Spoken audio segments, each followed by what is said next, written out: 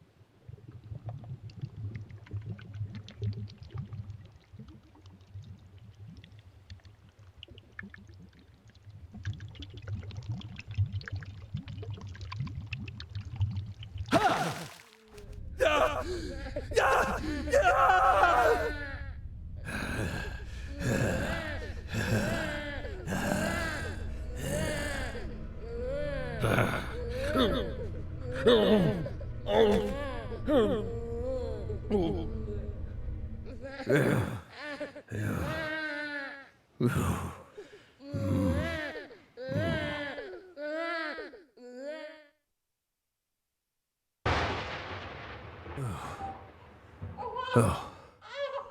Oh. Oh.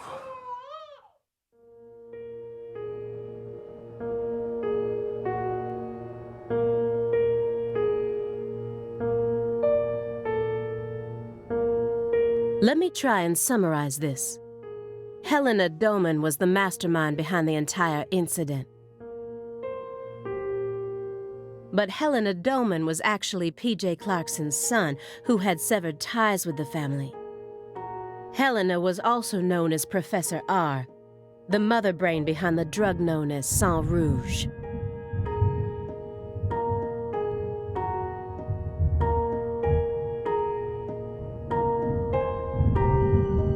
That's right. She was responsible for everything?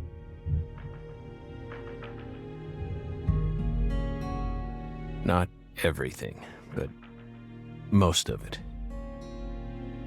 Almost everything went according to her plan.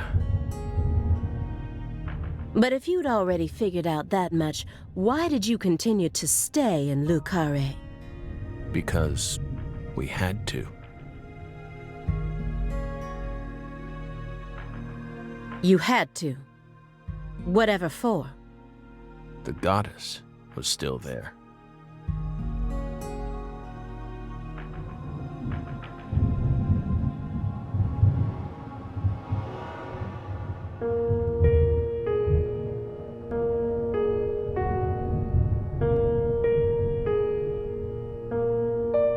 The goddess.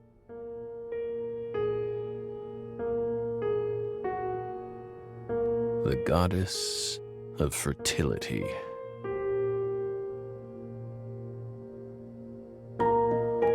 Lise Clarkson's body.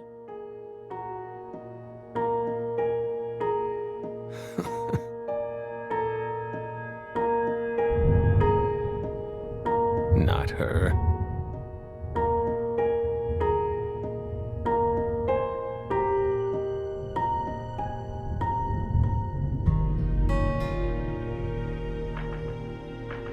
She was as beautiful as a goddess, but she wasn't the goddess. She was just a tragic victim.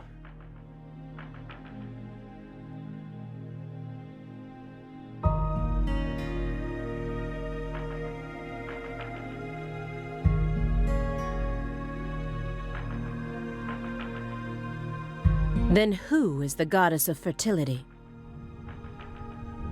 The person at the root of this case. Is it some kind of metaphor? For example, the vast wealth that the red powder yielded.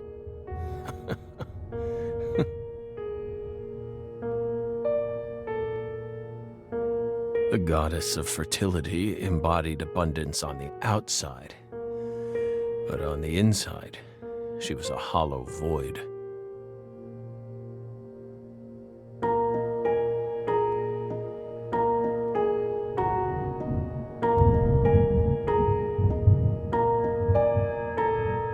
And that void was threatening to swallow up all of Le Carré.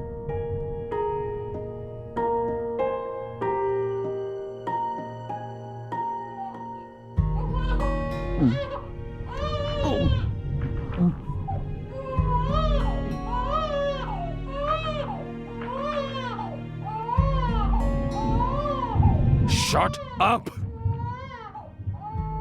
Shut up! Shut up! Shut up!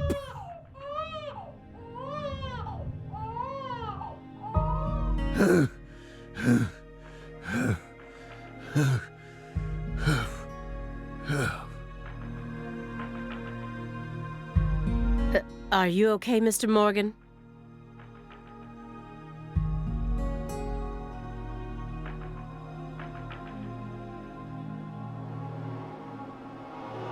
Morgan almost sounds like a prophet talking about the end of the world.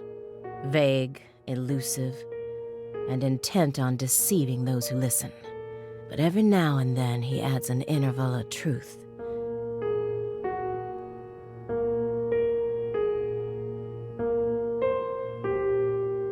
Patricia Clarkson is one of those. She's something special, something irreplaceable to him.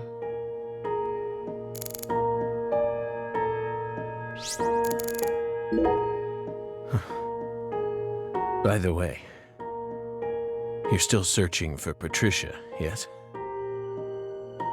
You don't need to worry about that. We're investigating. In fact, we've almost reached our goal. We just need to find some conclusive evidence. Oh, we sincerely hope that's the case.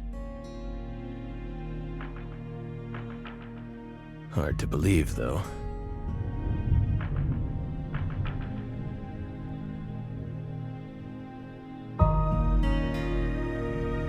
After all,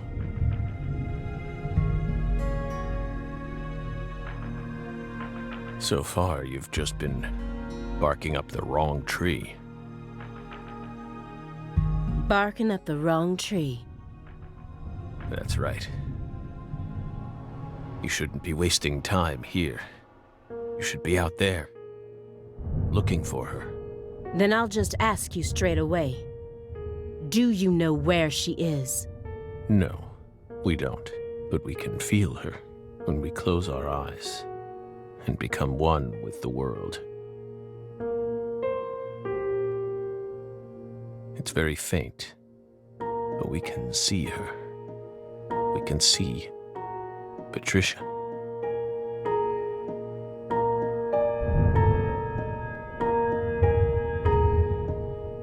Are you trying to distract me again? Or do you really expect me to believe you're clairvoyant or something?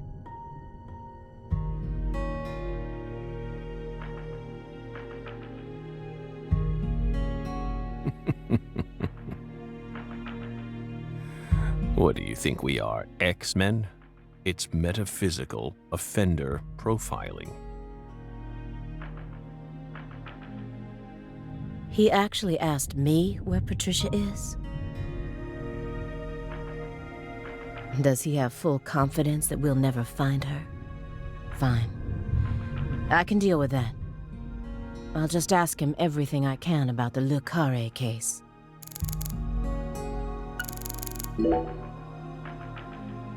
By the way, how did the FBI find Lisa's body after 14 whole years? That's none of your business. Are you saying they just happened to be investigating the Clarksons' cold storage warehouse by pure chance? That there was some undercover terrorism plot afoot there?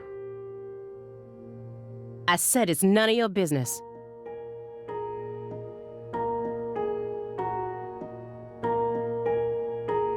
Well, then we'll just have to guess. It was an anonymous tip, a tip related to Saint Rouge.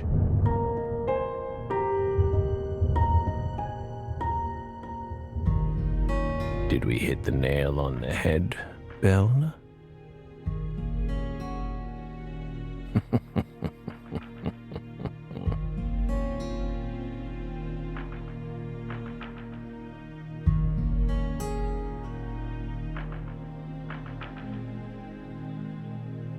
But that's not what we want to know about. After all, the FBI gets hundreds of tips every day. Right, my fairy? It was always that way, even back when we were on duty. Here's what we really want to know.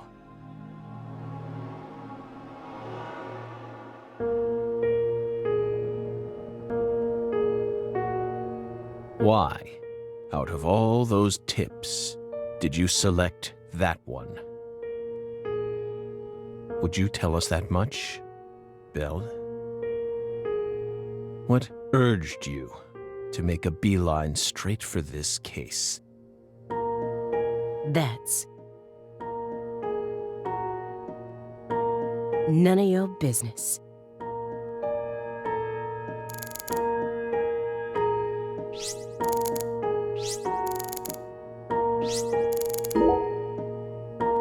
This square area enclosed by milk cartons. Is it another sanctuary? The more I look around, the more I feel like there's some sort of system to all this. The sanctuary on this table. The fireplace sanctuary.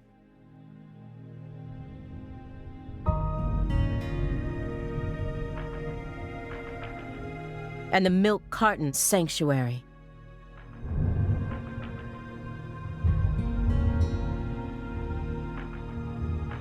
They all lead into the room back there.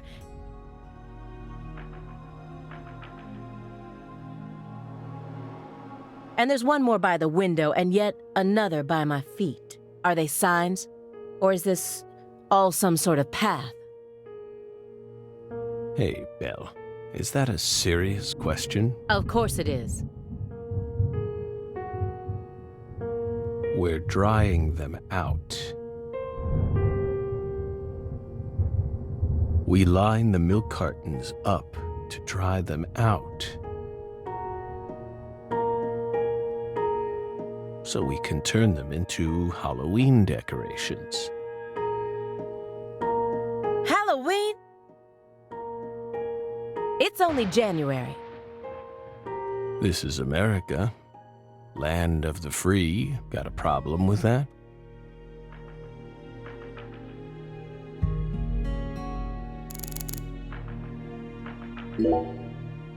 So you think Galena was murdered by Helena Doman, her own brother? No, not her. Galena was someone else. Then who killed her?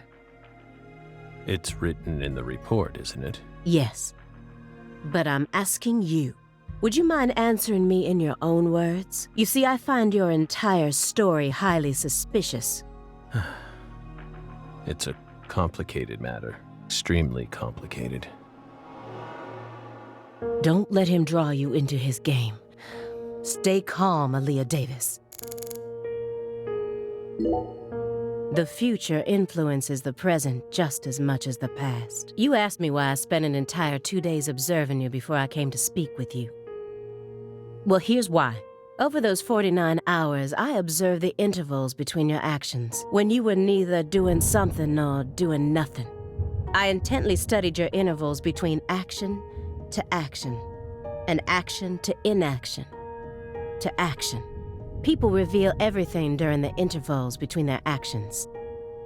For example, when you eat alone versus eating with someone else, the most prominent differences always appear when someone either begins or finishes eating a meal. And since these are unconscious actions, they can't be consciously hidden. When you prepare to eat or finish eating, when you move in to clean up, when you pick up a book or close one, when you raise a cup of coffee to your lips. Human actions speak volumes. Not even the person doing the actions is conscious of them. That's what lies in those intervals. That's my modus operandi.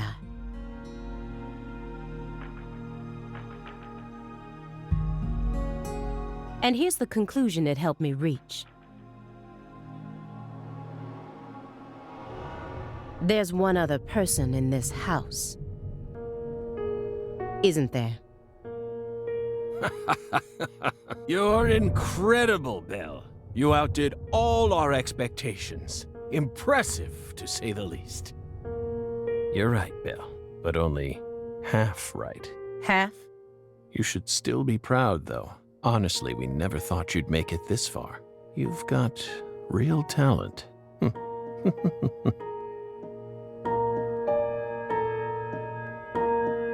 Most of what you say is... If this goes to court, I won't let you claim that your testimony is inadmissible just because of your little indulgence there. Fine by us.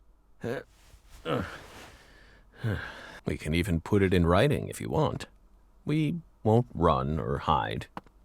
Will we, my fairy? Where's the paper? I know I had it around here somewhere. Where is it? Oh.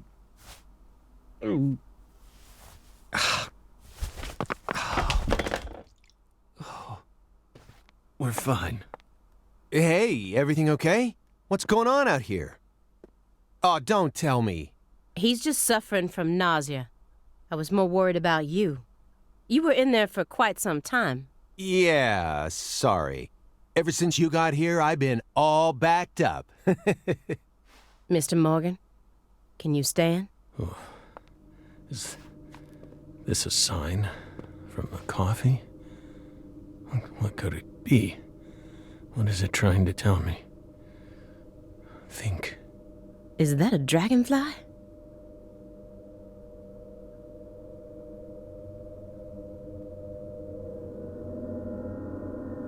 Footsteps.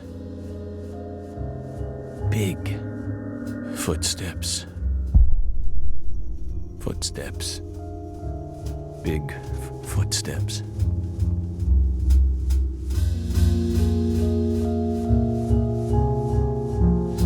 Some odd fella was following her around, stalking her like.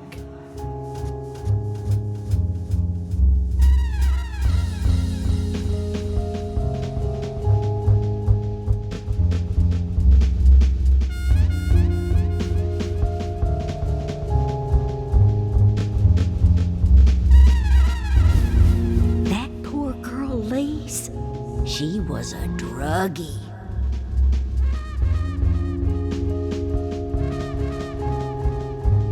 She was into the really bad stuff.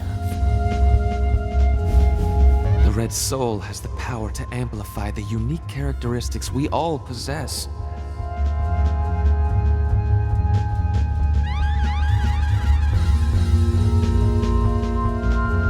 Mentally and physically. That's why I created the Holy Red Powder.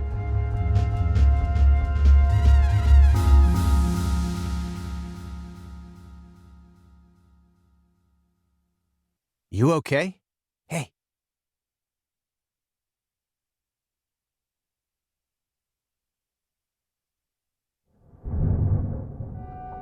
We're fine.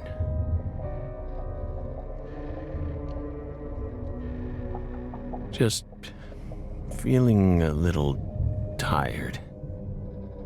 Would you take us to get our medicine? Sure. It's in the bathroom, right?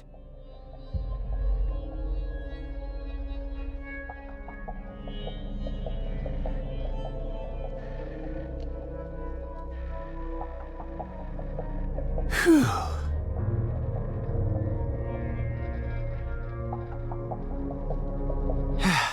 Seems like he's calmed down a little.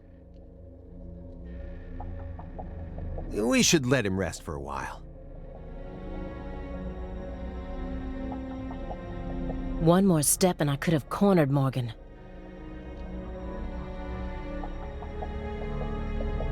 But so be it. I can still keep investigating even if the owner of this chair isn't present. Simon Jones, what a piece of work. How can anyone have such bad timing?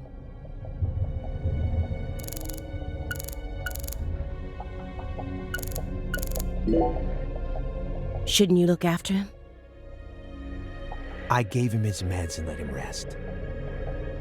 Let him rest where? In the bathtub. It happened to have a blanket and a pillow in it.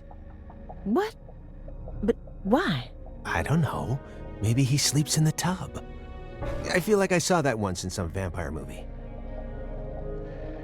I don't know what you're talking about.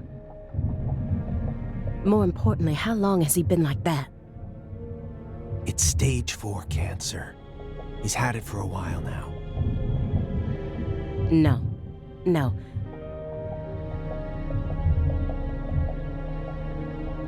I'm talking about his face.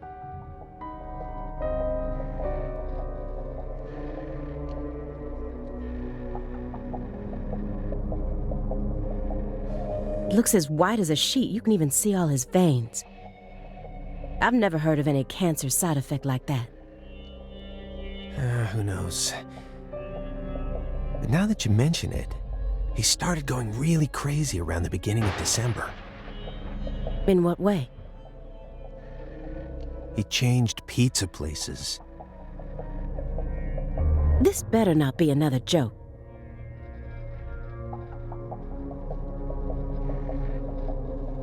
It's not, really. It's not.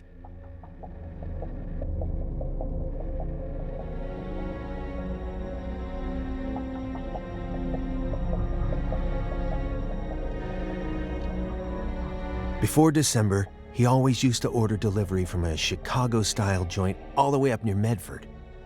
But one day, he took one look at one of their trademarked red boxes and totally lost it. Red, huh?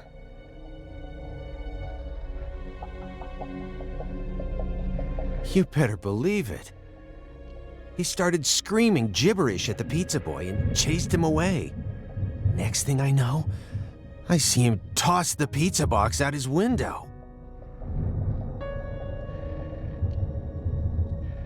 Do you think that's when his fear of red began surfacing more prominently? Beats me. I mean, there isn't a better Chicago-style pizza place that delivers around this area.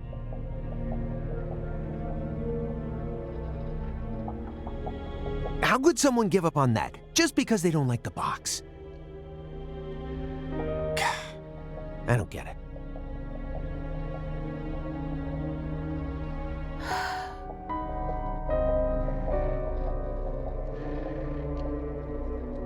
Were you serious for even a fraction of that story?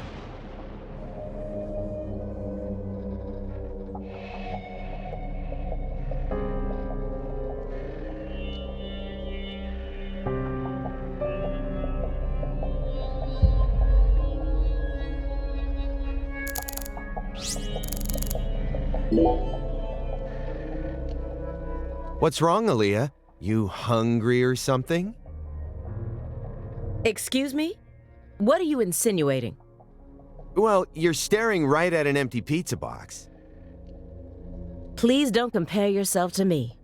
Besides, I have a refined palate. Hey, that was uncalled for. Pizza is a sacred food, remember? You don't need to feel embarrassed for being unable to stop staring at it. It enthralls all who gaze upon it. That's the power of pizza. Stop, Agent Jones. I've had enough of this sacred pizza bit.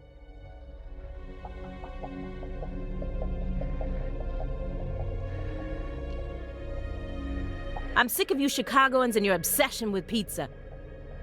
Pizza, pizza, pizza. 24 hours a day, that's all you ever talk about.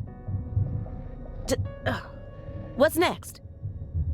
You gonna launch into a tirade about how deep dish is the only proper way to make pizza?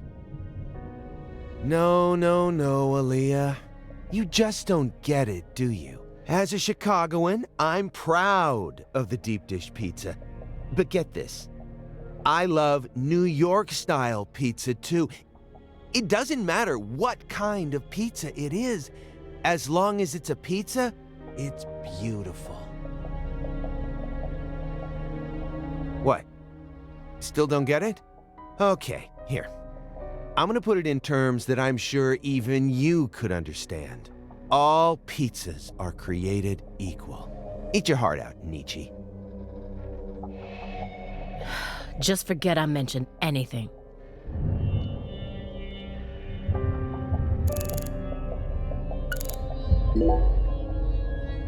Why do you think he's trying to survive so badly? What does he hope to achieve? What do you mean? He who has a why to live can bear almost any how. No more Nietzsche. Please, just stop. I feel like my ears are gonna start bleeding. Hey, Agent Jones, wanna know why I love Nietzsche's quotes so much? Sure. I first discovered Nietzsche in a shelter after Katrina. At the time, I was shell-shocked, hopeless. I wanted to die. How could a 13-year-old girl go on living alone with her little brother? Then, in that shelter, I met a college professor. His school was damaged by the hurricane too and got closed down. He also lost his family and was living there in the shelter just like me. So we gradually started spending more time together. I'll never forget the 3 months I spent with him. He loved Nietzsche. And out of all of Nietzsche's quotes, there was one from Thus Spoke Zarathustra that he repeated over and over again. Better know nothing than half know many things. Better be a fool on one's own account than a sage on other people's approbation. I thought it was a strange quote to hear from a college professor, you know? Why would he think it would be good to be a fool? But I understand what he meant now. He was trying to encourage my little brother and I, so that we'd be able to bear the weight of the victim label that was about to be slapped onto us, so that we could go on respecting ourselves without ever succumbing to all the patronizers. After that, my grandmother in Lafayette took us in. And that was the last time I ever saw the professor. But whenever I quote Nietzsche, my memories of him come flowing back into my mind, and they give me the power I need to keep pressing on. So I'm gonna keep quoting Nietzsche, just to make sure I don't forget my roots. Oh, I see. Yeah, I think I get it now. Nietzsche is to you what pizza is to me. Sorry for giving you a hard time about it. You are free to go on quoting him whenever you want, of course. I won't say another word. Agent Jones. What the hell is wrong with you? How dare you compare Nietzsche with pizza? Oh, come on.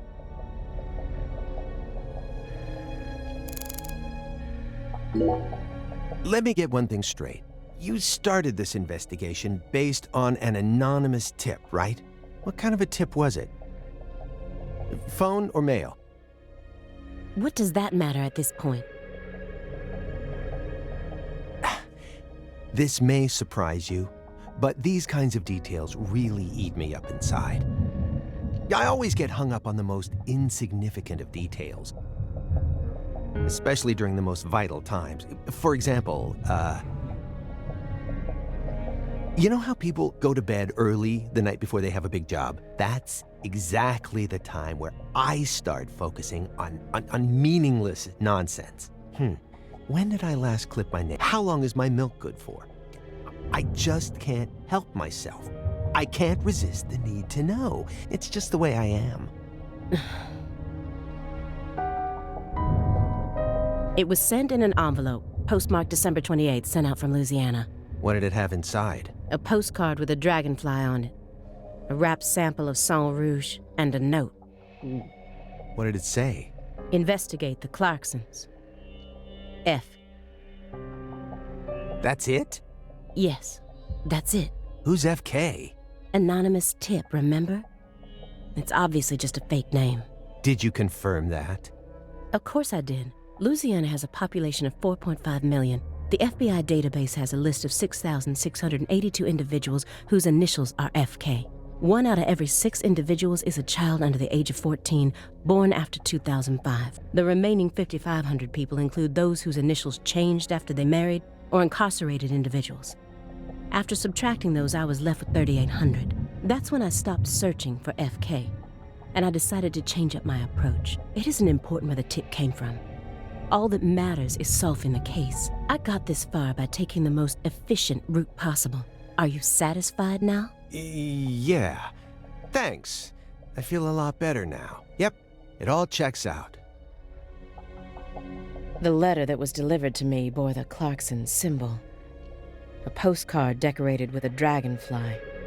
The mark of the Clarkson family. A single sheet of paper ordering me to investigate the Clarksons. And...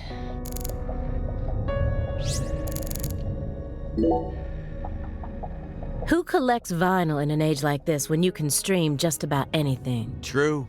Morgan's got refined taste. You really think so? Now, even I thought they were cool back when the vinyl revival first started. But now, every suburban mall has its own vinyl shop right next to the novelty store. At this point, it's become a solid component of modern snobism, which only makes them that much more uncool. People who know nothing about real music are buying them up just so they can decorate their walls with cute album art.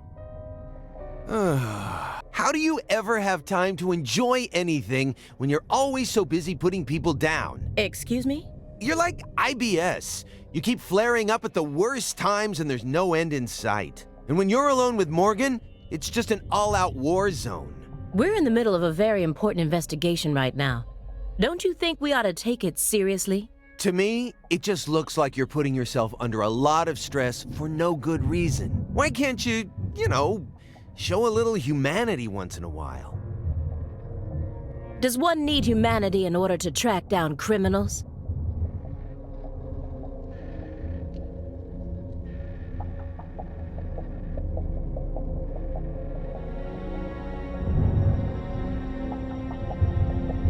Yes, one does. Or at least I do. Well, I don't.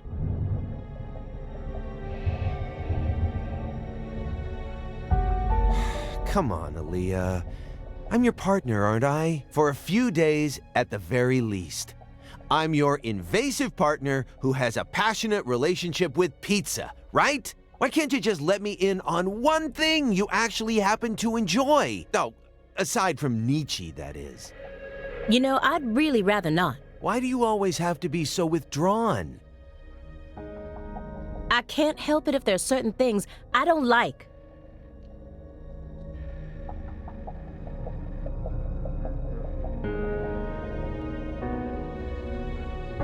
No, come on.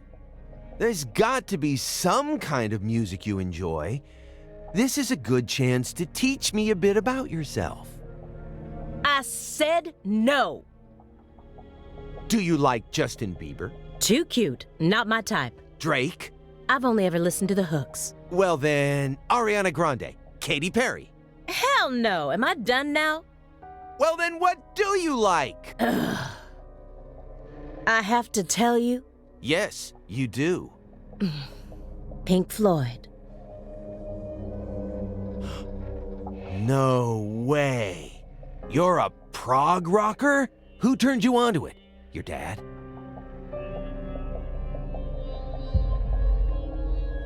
As far as I can remember, I've loved prog rock ever since I was born. That's just how music works, right? I mean, The Wall is by far my favorite album. Even to this day, I find it hard to believe that they made that in the 70s.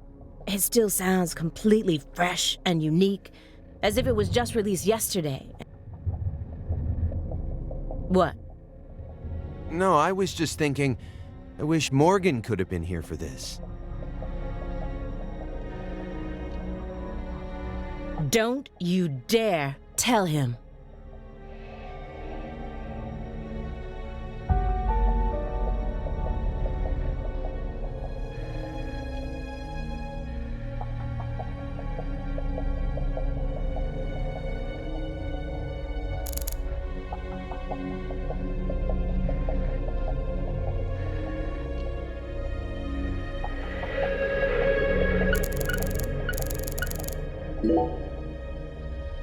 Oh, Aaliyah. Getting curious now, huh? Here, I'll find one of my favorites for you.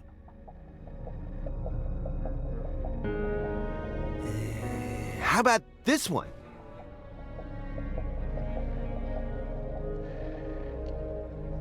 Who Framed Roger Rabbit, directed by Robert Zemeckis.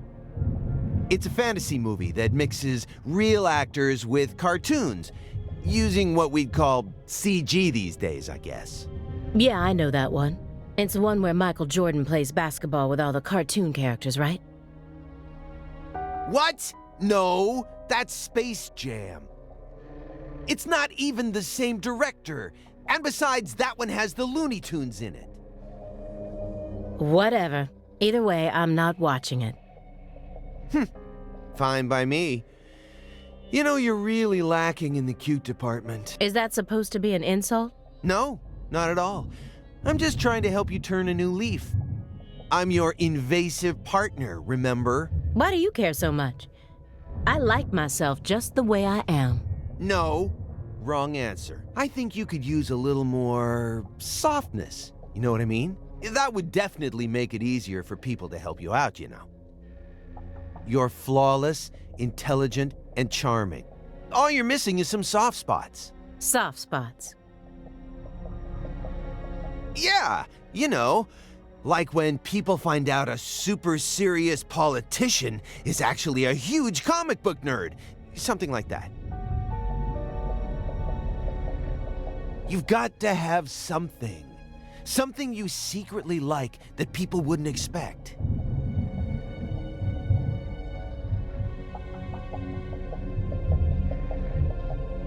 Well, I don't. End of story. Hey, uh-oh. The lady doth protest too much, methinks.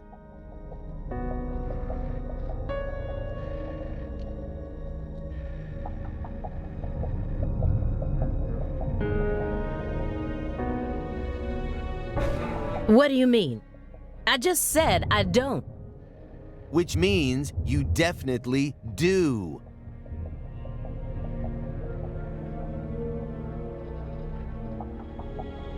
Well, what is it? Come on, I gotta know.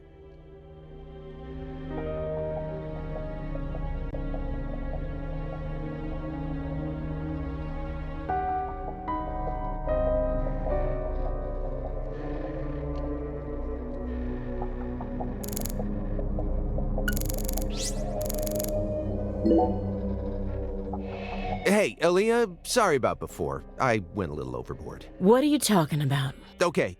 Chicagoans all love deep dish pizza. We can't live without the damn stuff. I admit it. That's why I always get so emotional whenever we talk about pizza. I'm sorry. That's okay. It had already left my mind. Well, good. Pizza should always be a peaceful dish, no matter what's going on. By the way, do you eat hot dogs? Why do you want to know? Just tell me, do you eat them? Every now and then, yes. Okay, so what do you put on your hot dogs? What is this? A personality test? No, nothing of the sort. You see, the thing is, we Chicagoans are very tolerant when it comes to pizza preferences. But hot dogs? Well, that's a different story. Meaning? I just can't stand those people who put ketchup on their hot dogs. Huh? Mustard is the only condiment that people should be allowed to put on their hot dogs. Anything else is heresy. And yet, look at our world today. Do you know how many people are out there dripping ketchup all over their Franks? I mean, let's think about this. What is ketchup exactly? Ketchup is a condiment meant for French fries, right? It was never meant to be an accessory for hot dogs. It's out of the question. You got a hot dog, you use mustard. It's an unspoken rule. So, Aaliyah, lay it on me. Are you one of those degenerates who puts ketchup on their hot dogs? I do. I put ketchup on my hot dogs. Of course I do. No. Well, this partnership isn't gonna last long. You've definitely convinced me of that. Oh yeah? Well, good. From the moment we started this investigation, I always assumed it would be a one-time only thing.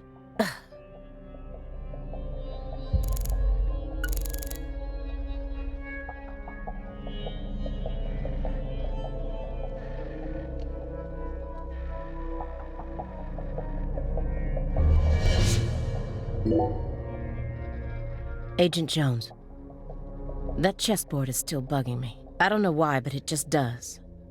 You really think he was playing chess all by himself? I don't know.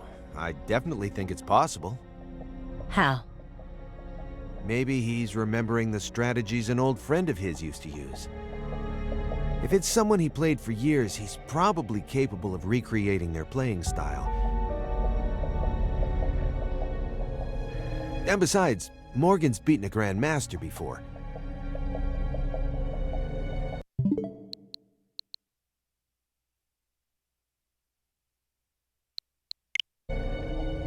You know that, right? I read about that in the Greenvale report. Even a computer can play chess these days, right? I'm sure that a grandmaster level player would have no trouble emulating someone else's strategy. Whose chess strategy is he emulating then?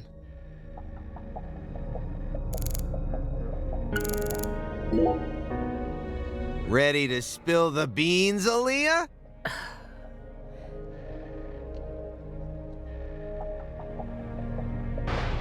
I'm afraid of thunder.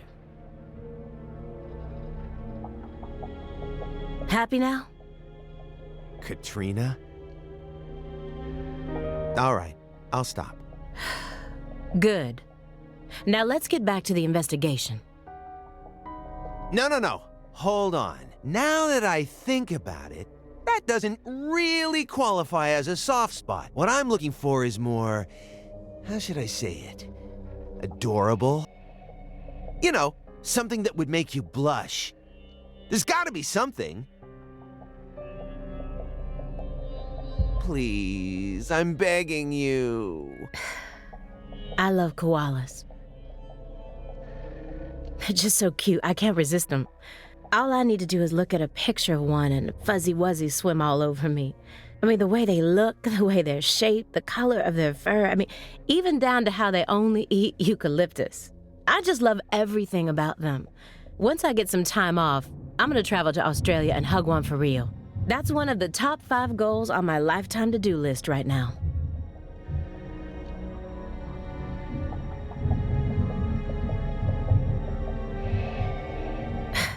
This conversation never happened, is that understood?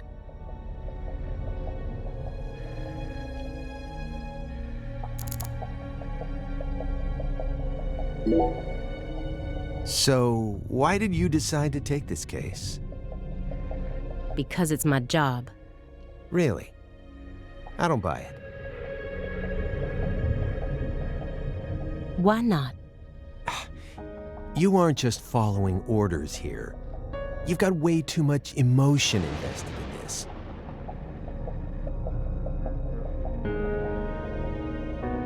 Some kind of special emotion.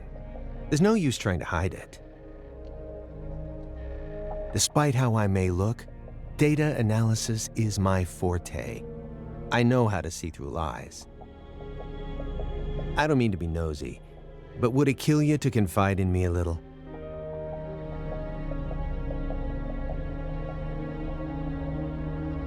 I didn't manage to live this long simply because I'm fiendishly handsome. And besides, we're going to be tiptoeing across a thin line of legality with the rest of this case. So I'd prefer that way. At least I can back you up when you need me to.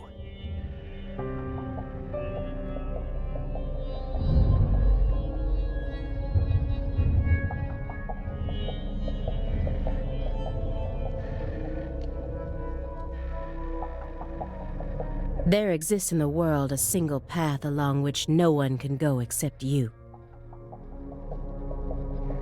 Whither does it lead?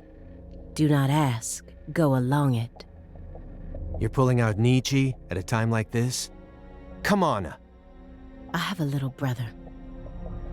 After overdosing on a certain drug, he was thrown into rehab. He's been clean for 2 years now, but he still won't utter a single word. All day long, he's plagued by hallucinations. He can't tell if he's dead or alive. If this is reality or if it's all a dream.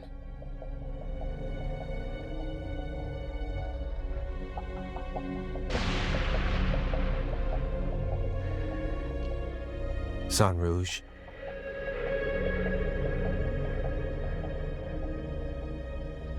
That's right.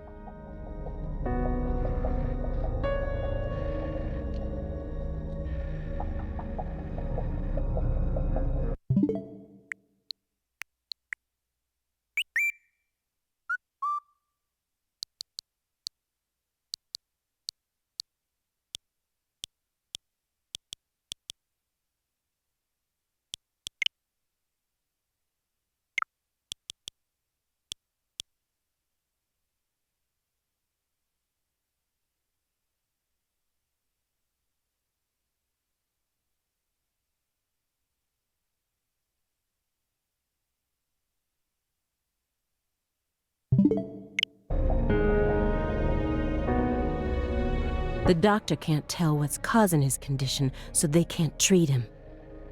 He just told me to prepare for the possibility that I may never get my brother back. This was his. I bought it for him after he graduated high school and found a job.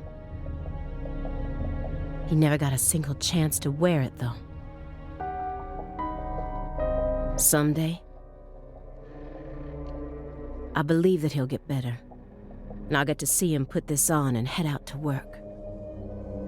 So you think that if we nab the person behind all this, we may figure out how to conquer the addiction? Right. You really think it'll be that easy? I don't know. But I can't just sit around and do nothing. He's the only family I have in the entire world.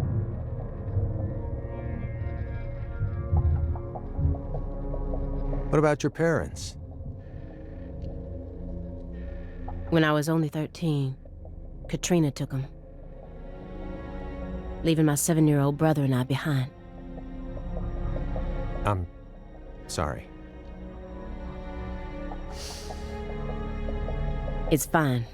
I've already dealt with my past. Now I'm just working as hard as I can to complete the duty I've been given. Yeah.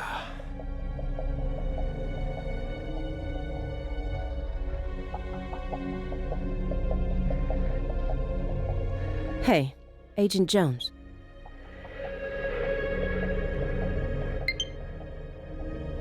I just want to double-check one thing. You didn't find anything in the bathroom.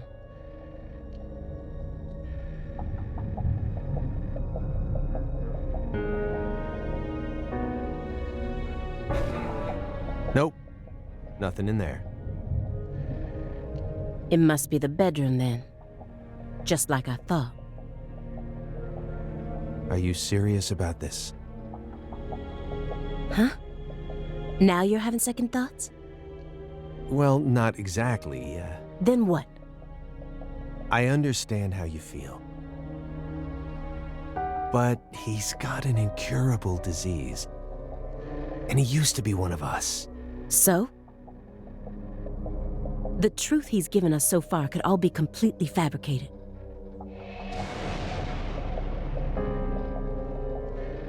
He's a genius lone wolf agent who solved nothing but difficult cases during his years of active duty. That's what they told me at Quantico, at least. Over and over again, I had to listen to them talk about how no one could ever replicate the kind of work he did.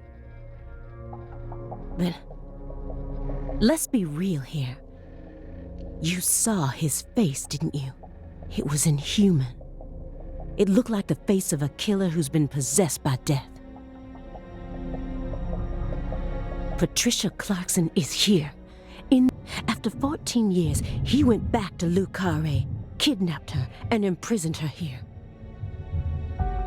He's trying to complete something big right now. Something that's deeply connected to San Rouge.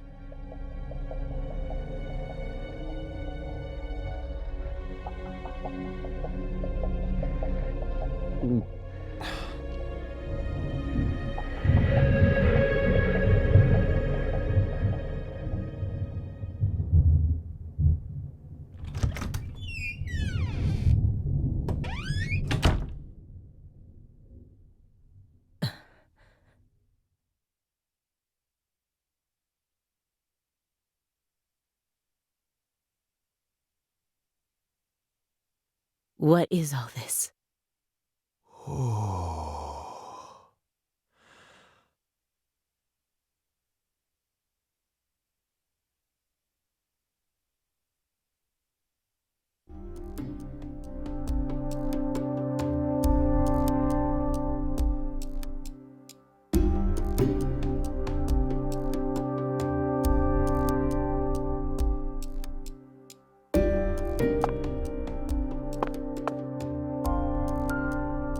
Pictures of people from Le Carré. And this wall is dedicated to Greenvale. All the deceased have been...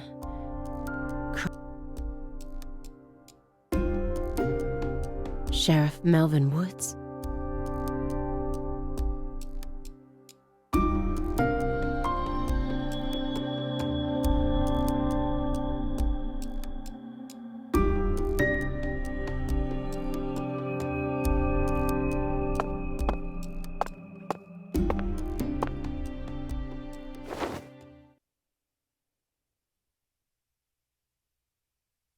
Lise Clarkson? Where's Patricia?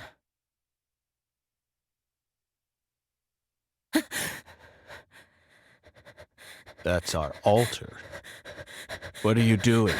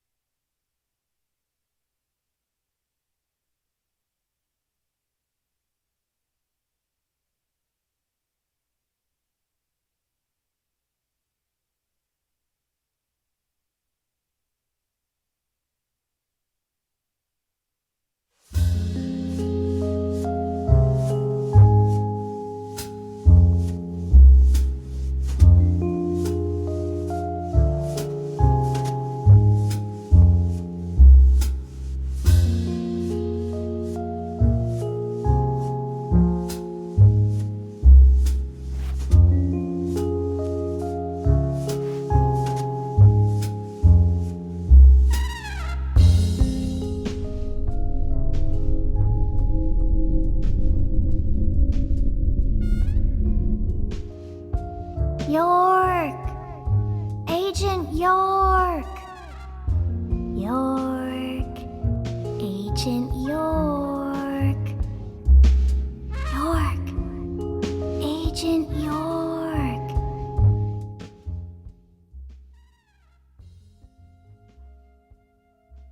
Hey! Agent York! Agent York? Hey! Hey, Agent York.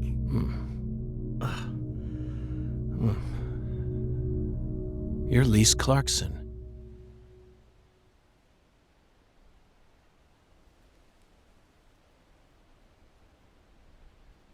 What's wrong? You're acting weird.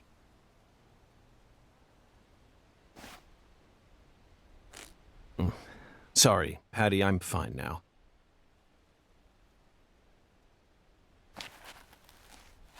More importantly, do these red seeds come from some kind of plant that grows around this area? I don't know. What do I look like, a botanist?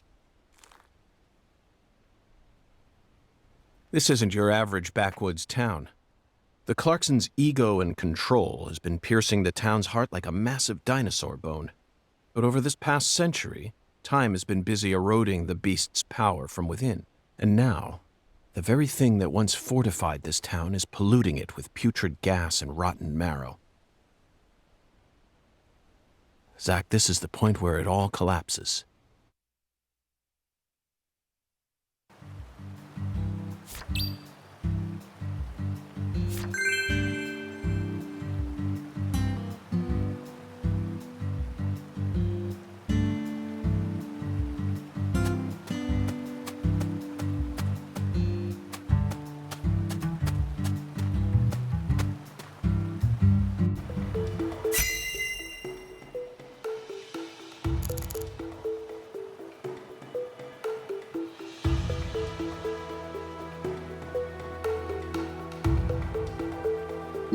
After Lise Clarkson was murdered, her body was put back together here, just like how Galena's body was dismembered, then rearranged within the holding cell. Lena Doman and PJ's bodies were also blown to pieces in the end. Perhaps that's the nature of the curse that's taken hold of the Clarksons. What do you think, Zach? Is there any significance to these similarities? This altar is covered in burn marks, but there's hardly any residue left. There's no way for me to tell what was burned here. I could send it home for analysis, but is that really necessary? It'll just end up giving Abrahams more busy work. More importantly, Zach, someone who knew how to manipulate fire was behind all this. In other words, these roots prove that Lena was here. And that's enough for me. There's some decomposing cloth here. We saw the same type of cloth at the sugarcane plantation. They must have used that cloth when they transported Lisa's body. And who cares about mundane evidence like that? This isn't a case that can be solved by gathering the kind of evidence we'd need to submit to a court. Zach, this is an ominous sign. Among all the different footprints here are a set made from engineer boots. Yes, I know. He probably only made them when he came to inspect the scene. I'm sure that Patty and I left our own set of prints here too. But how do you explain the set that's inside the yellow tape? There's a flat, evenly weighted stone here. I bet we could use this to score an amazing stone skipping record. Let's give it a try whenever we get some downtime. For now, we need to focus on this investigation, Zach.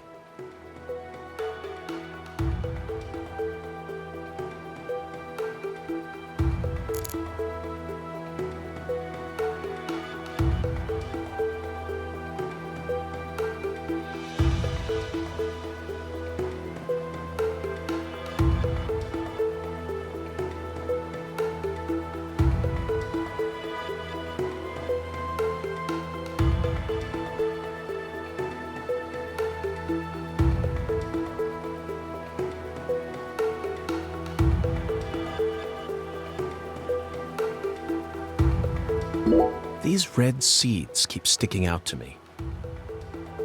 But we need to figure out what's going on with this altar before we focus on anything else. Isn't that right, Zach? The growth is all missing from this particular section. It wasn't just cut away. She used fire to burn it out. Everything was planned so meticulously, as if she wanted to show this altar to someone. That's why Chuck ended up discovering it.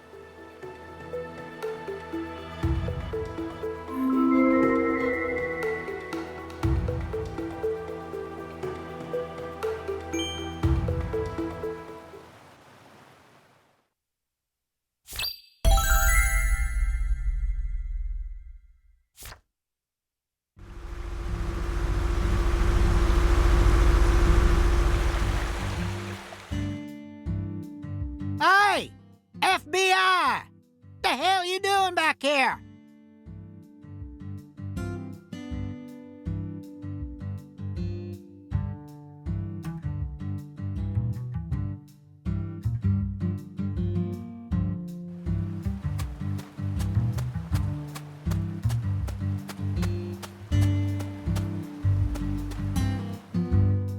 You already solved the case, yeah?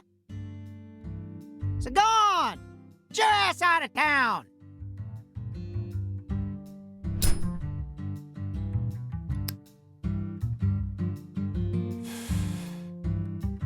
Why do you think I solved the case? Shoot! Exactly how stupid are you, FBI? This is Luke Carre, remember?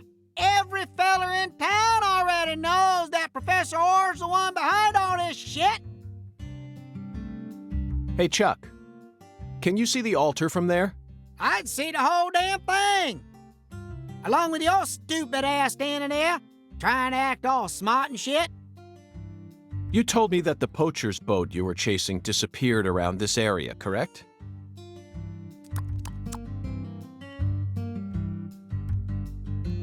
Yeah, that's what I said, all right. What, you forget already? if you're just gonna waste our tax dollars out here, least you could do is catch them goddamn poachers. Fucking FBI, go and make yourself useful for once in your damn life. Chuck, we don't chase down fishing boats. Unless it's a terrorist boat that plans to overthrow our government, that is. Huh.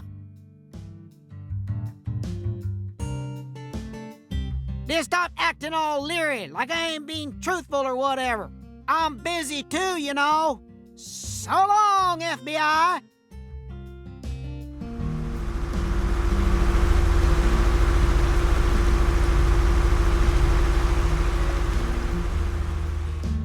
Zach, he just taught us what the true purpose of this altar is. It was built here so that the ritual could be watched from a boat in the bayou.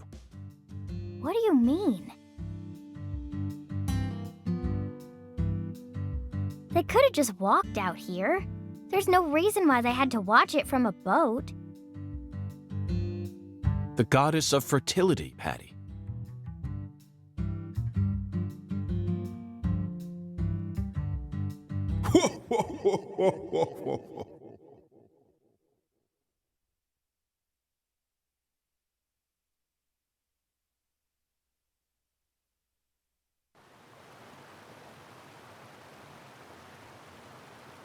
Did you notice anything strange before your daddy went missing? Did he seem different from usual, or say things that didn't make sense?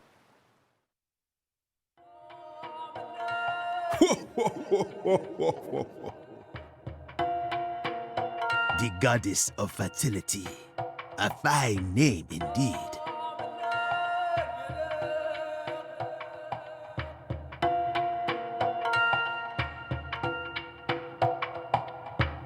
So much blood has been shed, yet you remain in this town. Surely you know why. Of course I do, Hoongan. My work here isn't finished yet. You know, I could really use one of your oracles right now. You're more fun than I thought. Here's the oracle you ask for. Listen with your heart. Speak to the 17 comrades who saw the birth of New Orleans. Feel the holy Allah. The giant lady's finger points down toward your goal, the entrance to the forbidden. Poetic and graceful as ever, Hoongan.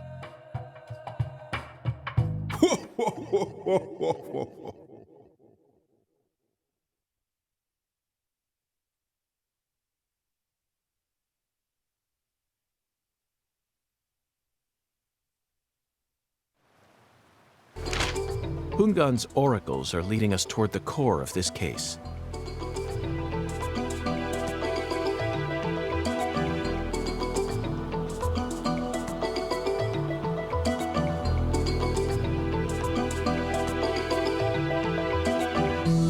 That's the one thing I'm sure of. But don't misunderstand, Zach. I'm not blindly following him. I only follow my intuition. Metaphysical offender profiling. That's all there is to it.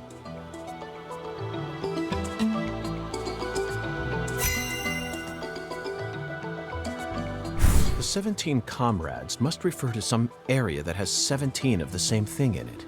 We may need to use history to figure this one out. After all, we need to find someone or something that saw the birth of New Orleans. And we can't just round up every last old person in town. Somewhere, there are 17 comrades who've survived for a very long time.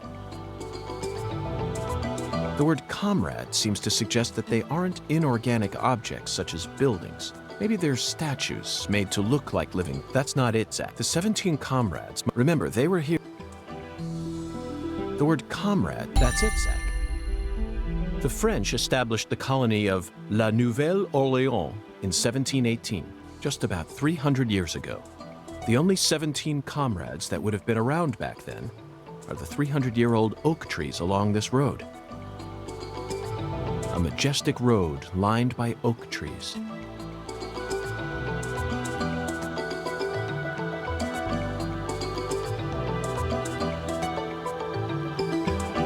Come on, let's go ask these sages of Lucare for some help on our investigation.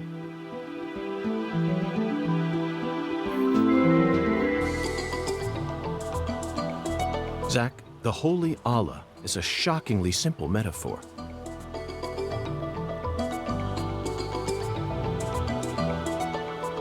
Especially considering the quality of the oracles we've received thus far. It seems as if Hungan's poetic muse is finally running dry. The great thing about us Americans is that we can recreate our homeland anywhere. We're happy to transport crunchy bacon across the deserts of Africa if we need to. That's what it means to be American, and this Holy Allah is just another example of that. From the early days of the frontier era, they've been helping us Americans be what we've always meant to be. Zach, there's no Allah there. Don't think so hard about it. The Holy Allah refers to that one thing we see so often in American towns.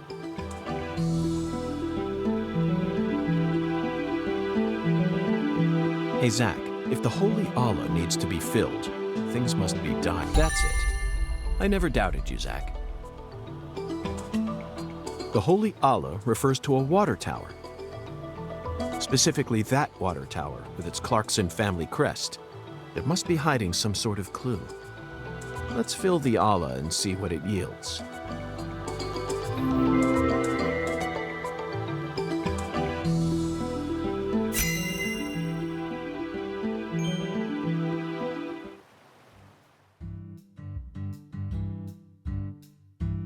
Zach, what do you think the giant lady's finger is?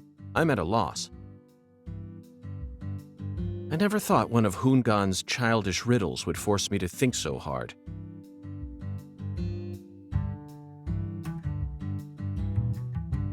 But, oh well. I'm sure that as we deal with the rest of the oracle, it'll reveal itself to us.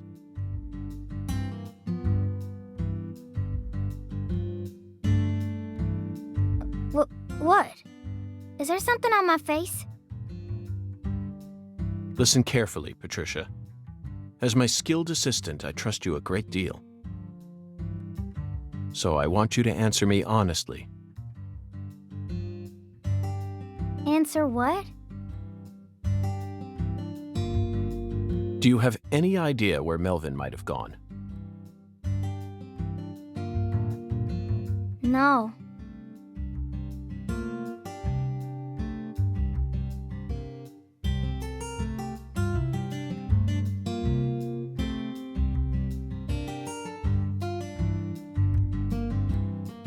He didn't seem to be acting or talking differently than usual?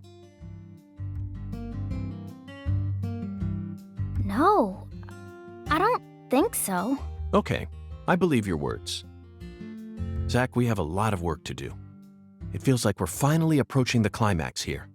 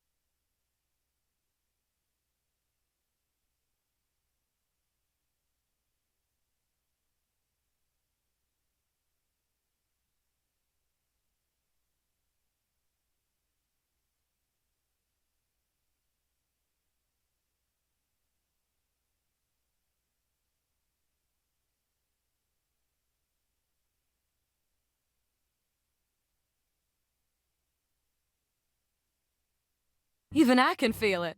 You almost got this sucker solved, ain't you? That's what I'm talking about. Come on, get in, get in.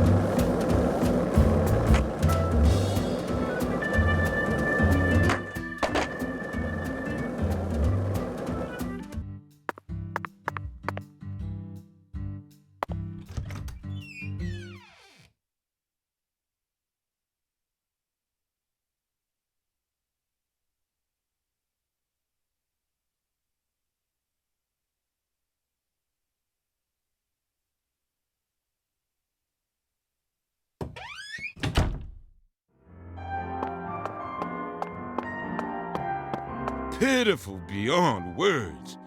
An ominous wind blows today.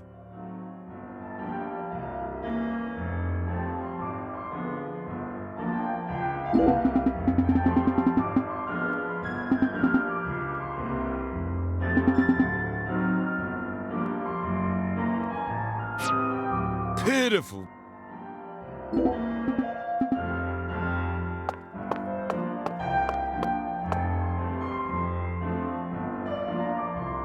Pitiful beyond.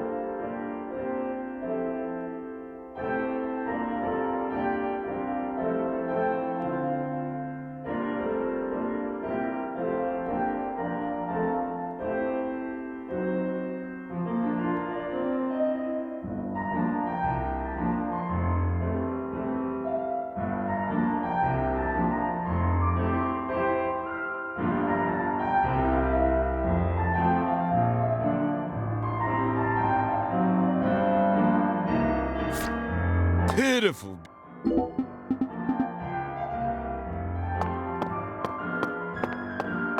Pitiful. It was every.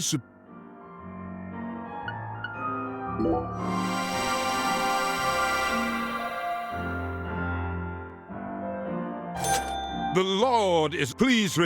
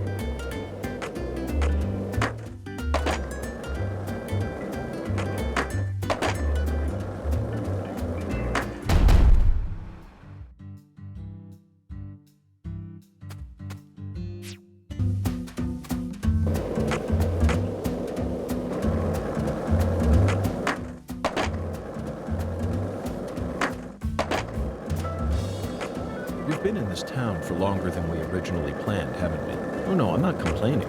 I'm used to living out of a hotel, and I love southern food. There are some inconveniences, though. There's no movie theater in this town, nor is there a video rental store, and the TV in the hotel room doesn't get any of the on-demand movie channels.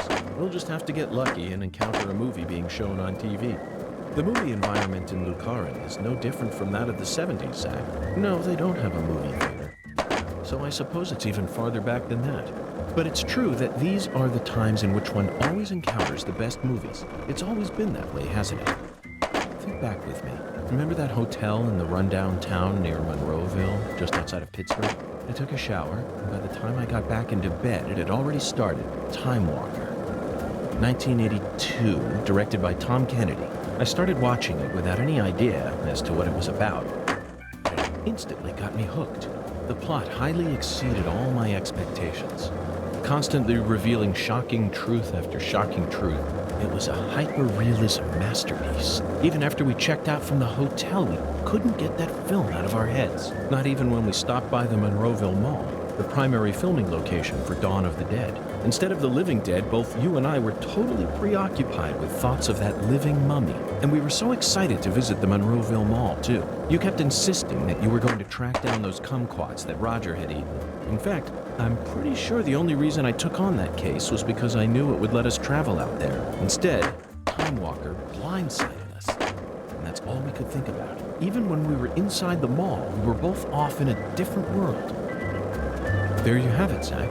A beautiful memory of an encounter with an 80s masterpiece in a very unexpected place.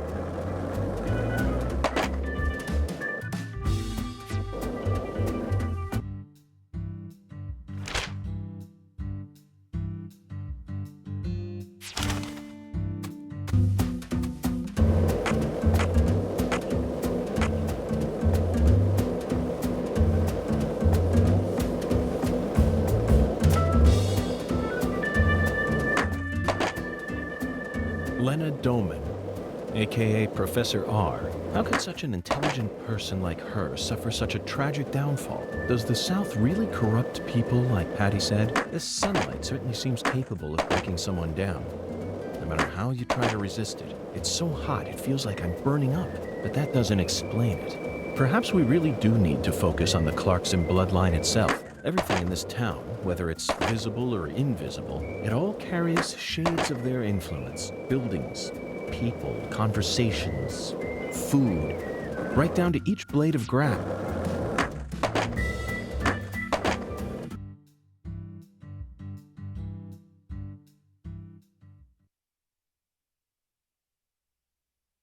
This thing sure looks tall when you look at it up close. But why do they gotta build it up so high anyway? The height gives them the necessary pressure to pump the water out. Also, building it in a spot where anyone could easily access it would only create more problems. Problems? In a certain Missouri town, they built the water tower low enough that a person could easily climb up to it. And that's exactly where a mass murderer decided to hide the bodies of all his victims. The water tower was so low to the ground that he could even climb up to it while carrying a dead body on his back.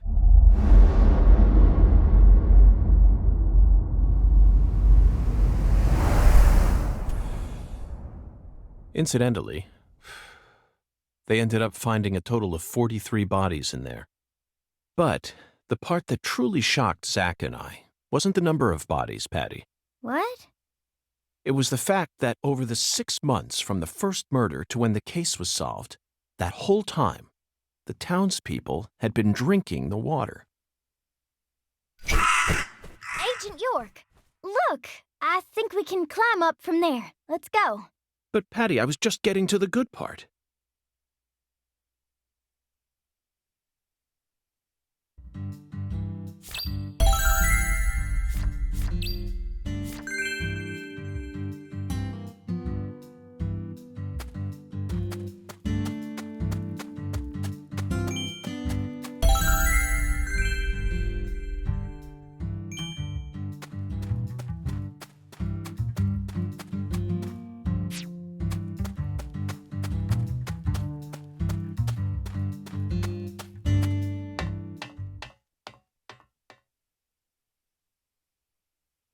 So this is our town.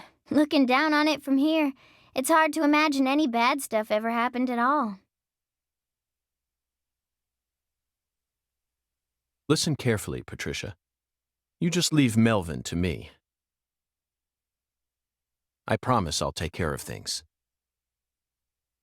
You're grown up. You're more of an adult than anyone else in this town, I guarantee it. But that doesn't mean you have to suffer through everything without ever saying a word about it. Just remember that, okay?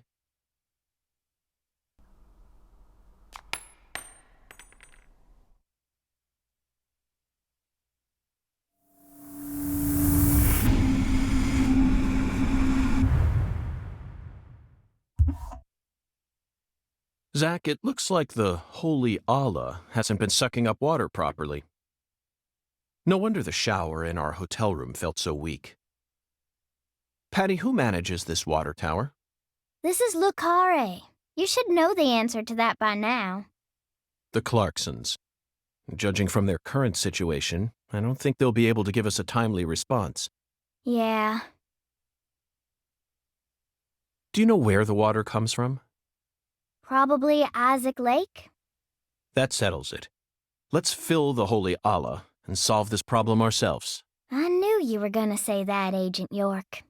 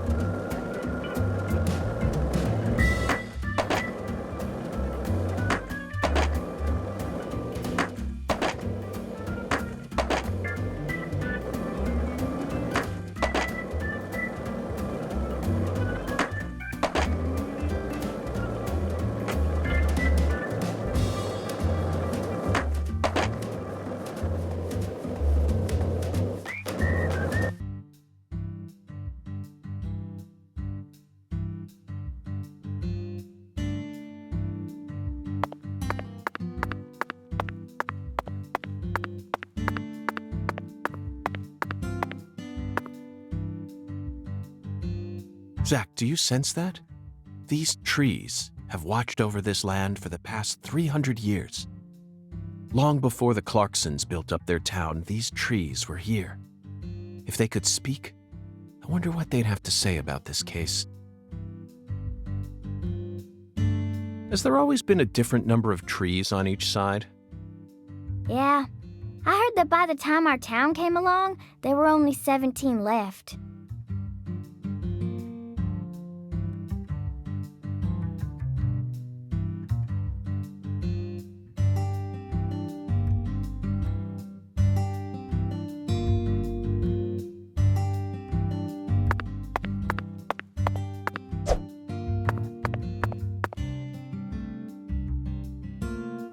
A general from the South might have cut one down during the Civil War. Intriguing, Patty. Why did he cut one down? I don't know. Folks say he planted a red tree in its place. I don't know if that's true or not, though.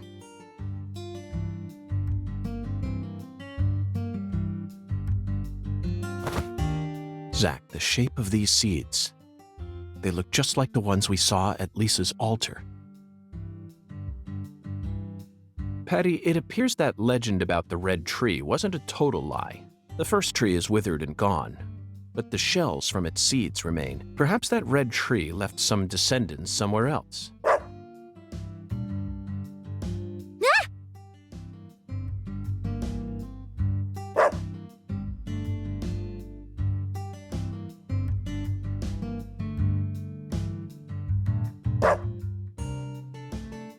Zach, he seems to know something that we don't.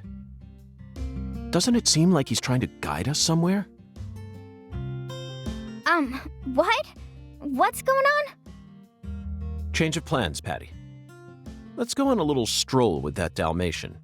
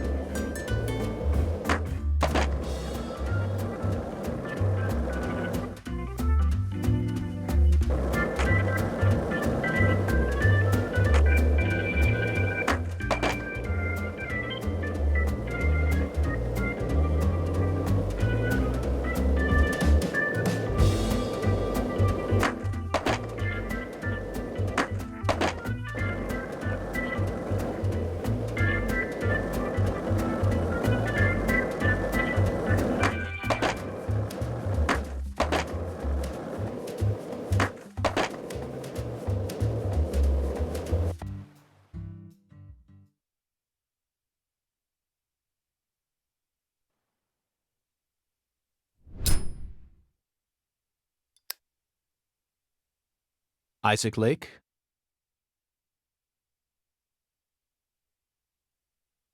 That's the name of the former head of the Clarkson family. When he retired, they built this lake to commemorate his career. That's why it's called Isaac Lake. You sure don't miss a beat.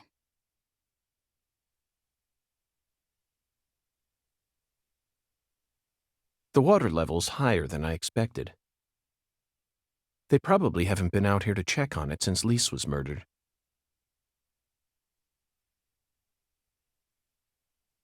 I bet that's where the water gets sucked up into the water tower.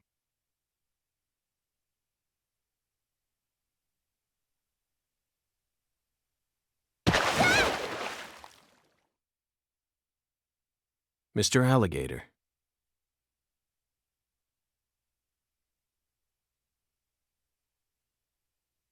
Never thought I'd have to use you to fight a real alligator. Just what does that skeletal gentleman have in mind for us, Zach?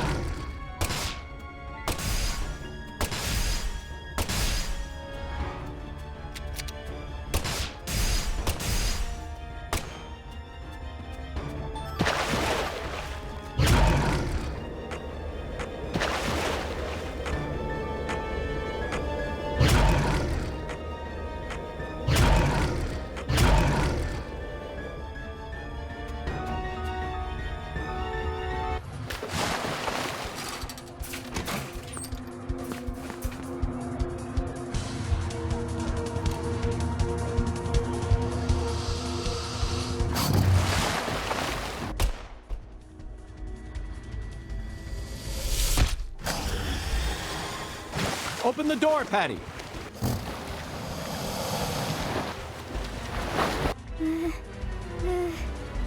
Now, Patty.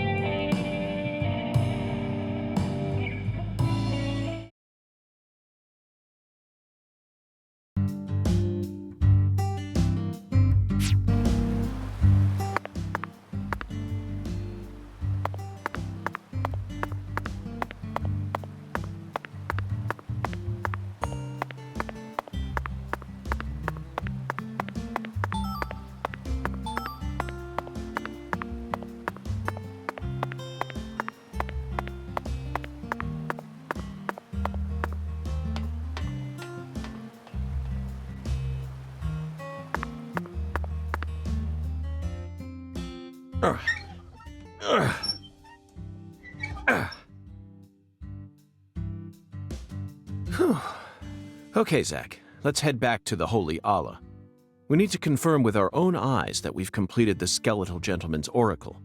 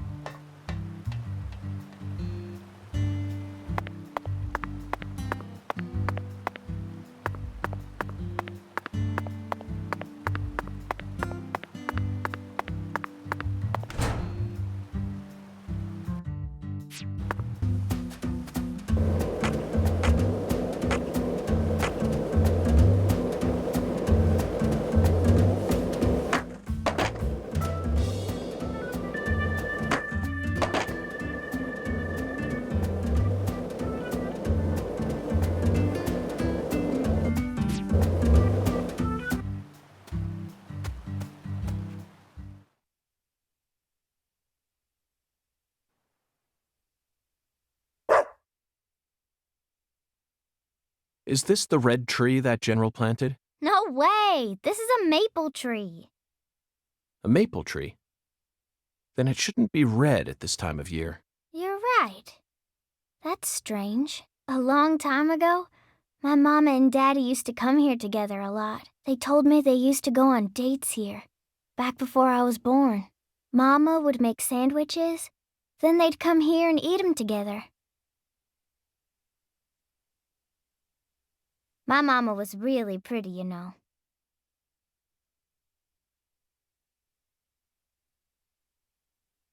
When I was a kid, I believed she was a real goddess. Under the boughs of a legendary tree that stayed red all year long, a small miracle was born.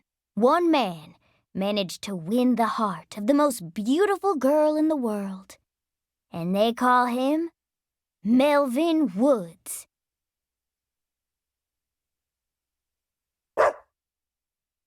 Looks like it's time to move on. What a fantastic guide we managed to find. He actually waited for us to finish talking before taking us on to the next spot.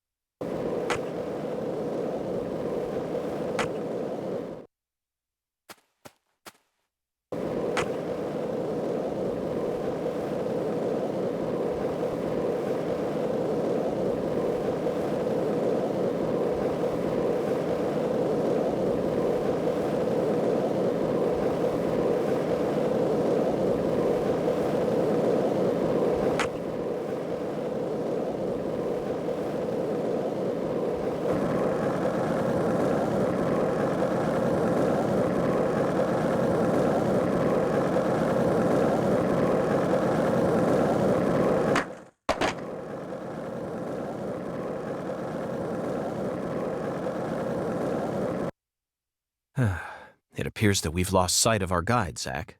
Oh well, let's head back to the last tree.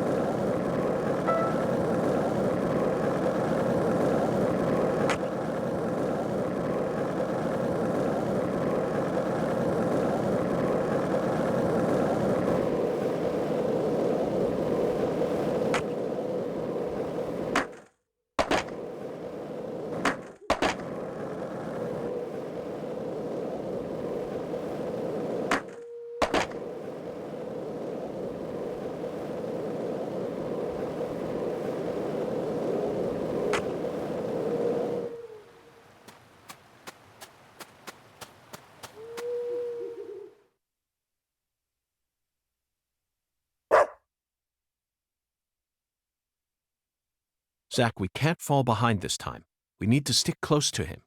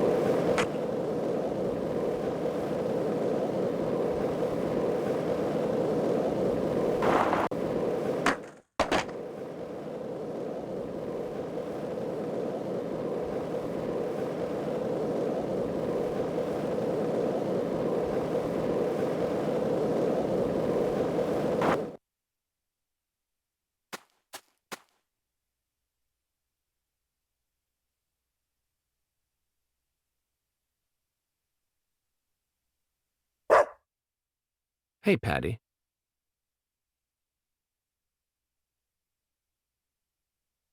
How would you rate this creation?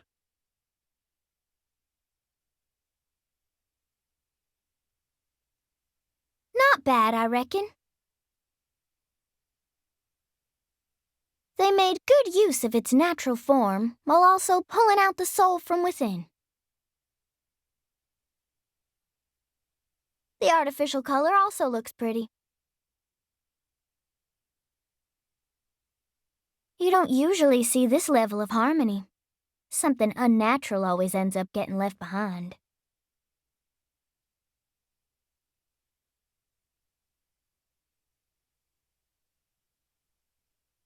Zach, did you catch all that? She sounded just like the curator of an art gallery in New York. I think we may have just uncovered a new side of her. But unfortunately, I can't see anything artistic about it. Honestly, it looks insane to me. That's all I get from it. And there's no way that this is a descendant of the tree that the general planted.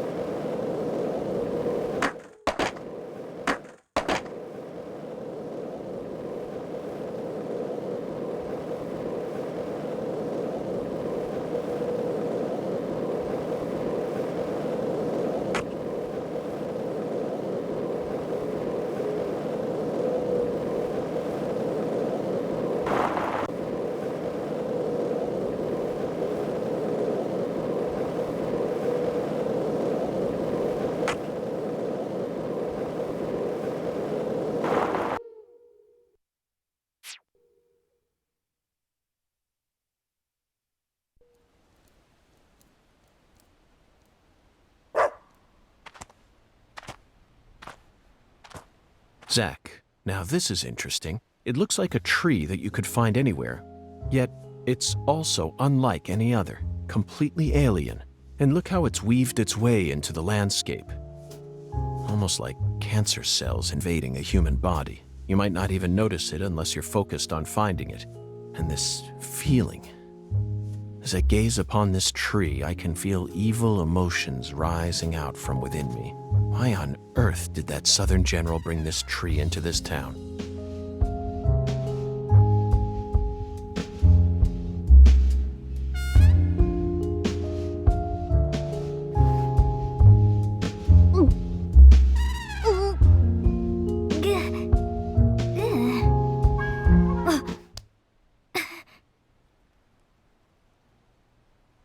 I promise to protect you from all the evil in our world. Do not touch this tree. Got that, Patty? Got it, Agent York.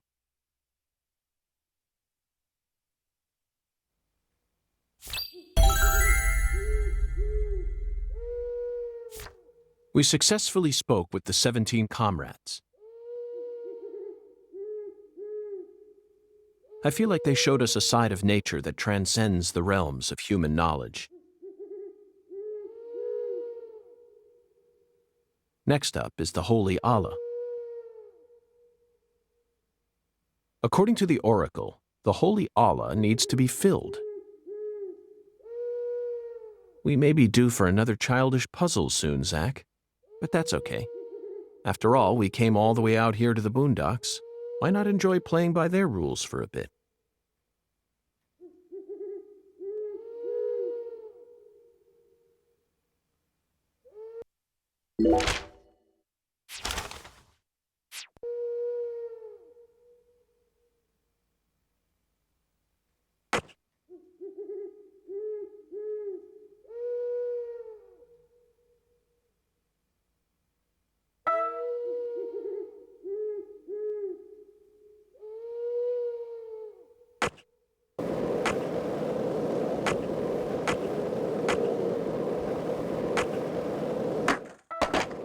Did you notice it yet? The streets in New Orleans were a mess.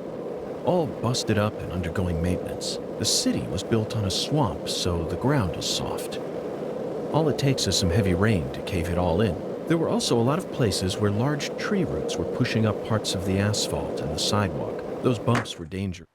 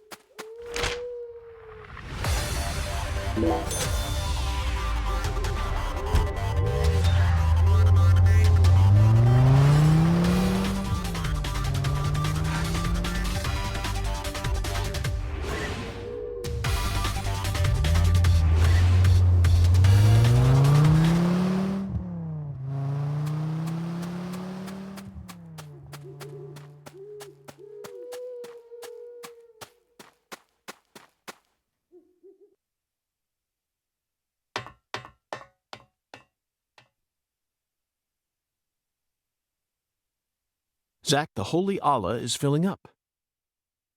Looks like we'll be able to take a warm, invigorating shower tonight.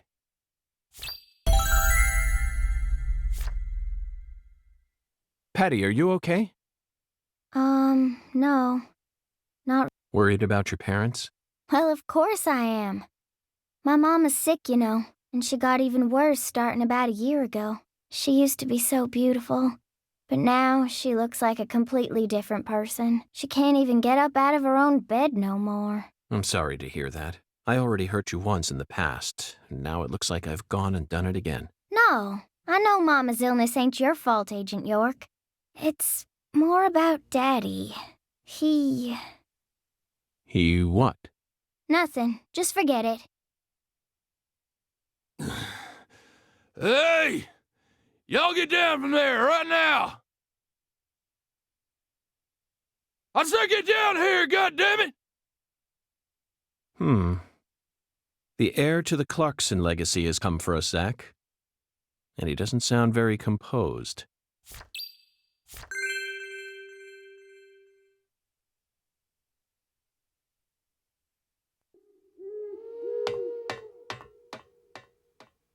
You rotten little snakes!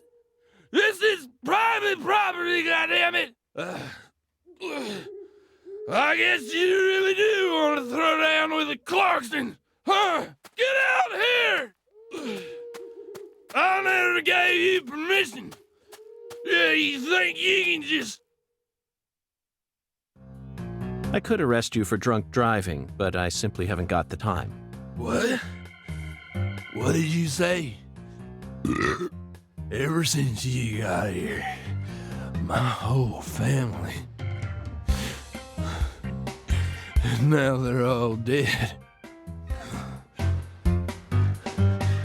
You're Satan. You came here to destroy the Clarksons. You destroyed them. Satan. Satan? Not quite, Daniel. I'm just an agent carrying out a mission in accordance with federal law. On the contrary, I came to put a stop to all these problems. You might even consider thanking me for it. Federal law. Mission accordance.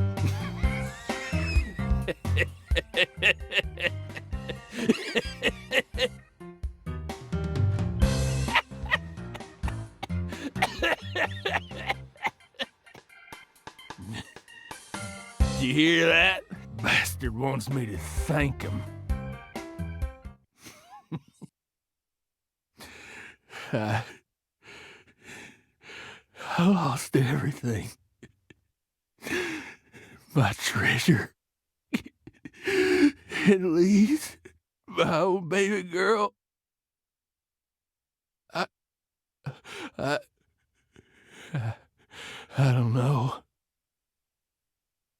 You reap what you sow. God damn it.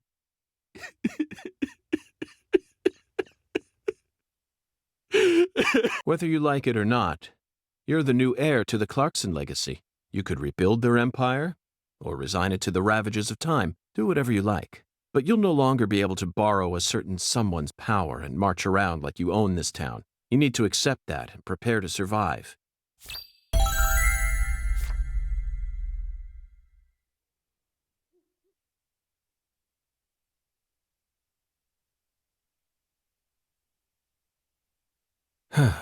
Zach, it's no use. The skeletal gentleman is a strict one, that's for sure. We're going to have to figure out what the giant lady's finger is if we want to continue on with this oracle. Lady's finger. Lady's finger. I'm at a loss, Zach. The only thing that comes to mind is a certain lady in glasses who displayed her middle finger to a truck driver. The student driver who was driving the car that Leslie Nielsen jumped into in order to chase down a criminal. 1988, directed by David Zucker.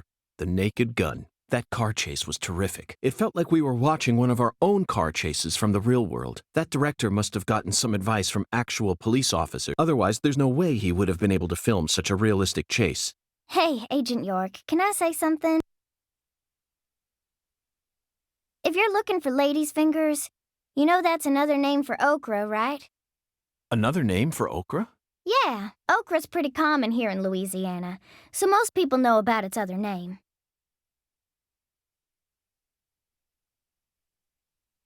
Huh.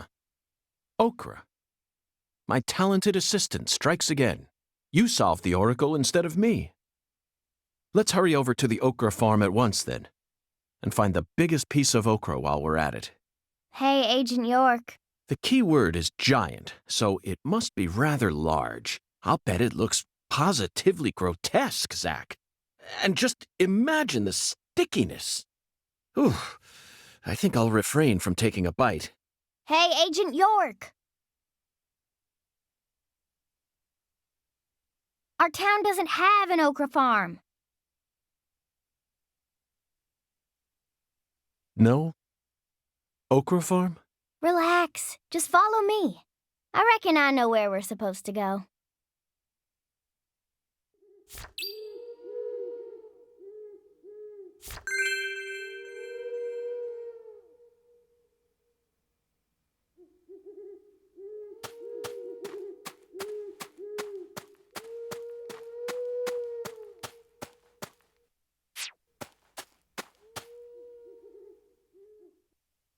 Hey, Agent, stay close to me or I'm...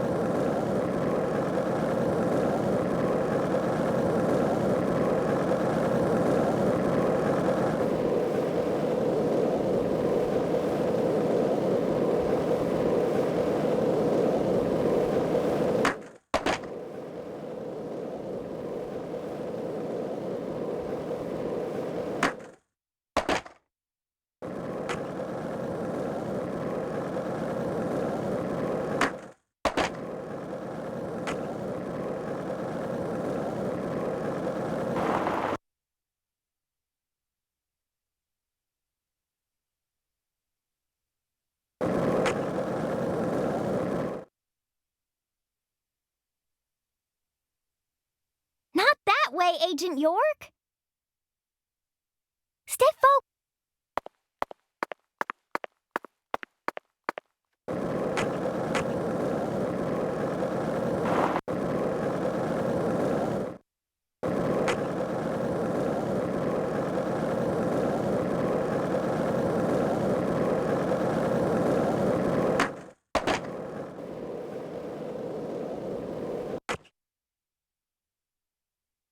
This way.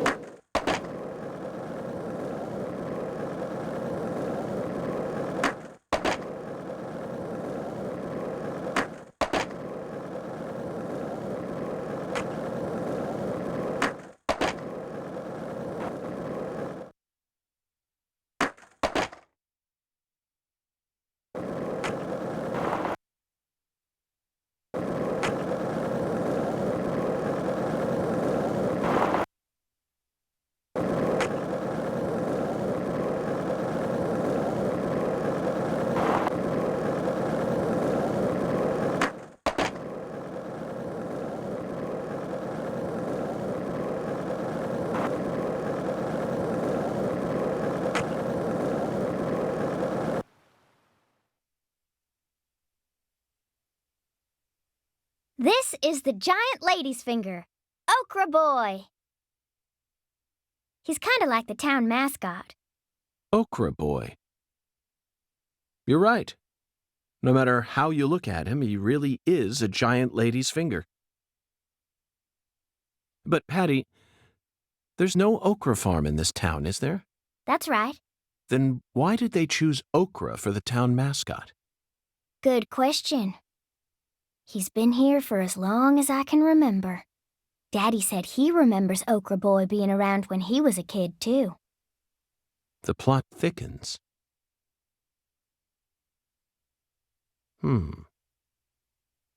Zach, doesn't it look like he's pointing at something? Let's follow that white glove.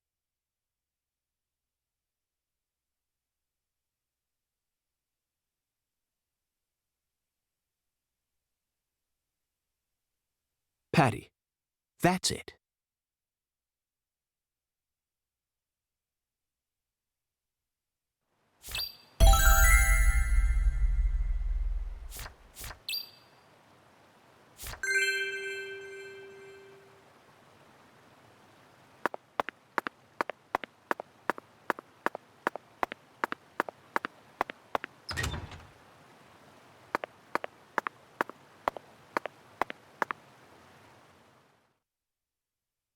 So this used to be the control device for the drawbridge, but it looks like its insides have been replaced with something else. Oh, yeah. I remember Daddy telling me about this. This drawbridge hasn't been used for decades now. So the control room doesn't work, and the power's been disconnected.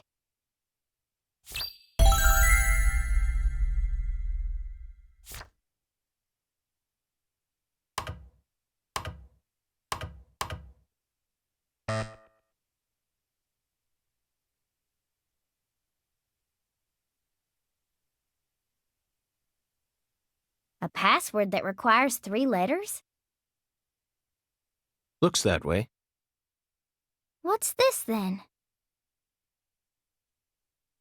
There's an H on the top, bottom, and left sides of the leftmost panel.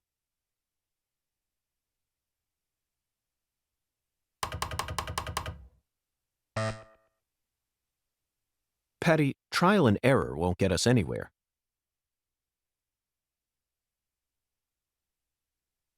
There are 26 letters in the alphabet, which makes for 17,576 different combinations if we use 3 of them. Let's try something more efficient. I know that. I was just fiddling with it. So, what do you want to try, Agent York? Just leave this to Zach and I.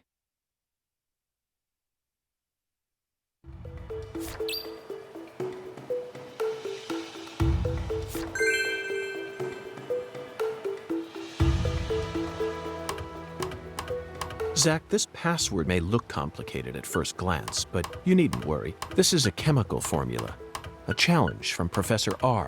The H that's tattooed all over the leftmost panel stands for hydrogen. In other words, the leftmost panel represents the molecule you get when 3 hydrogen atoms merge. All we need to do is figure out which chemicals go in the remaining panel. Try reviewing what we know.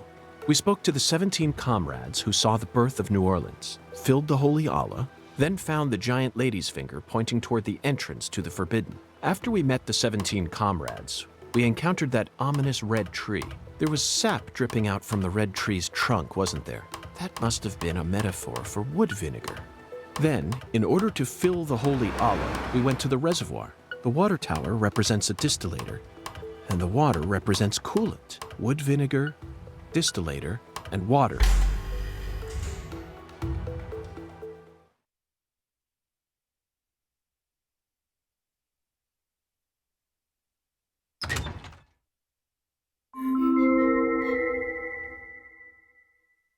That must be the entrance to the Forbidden, Zach.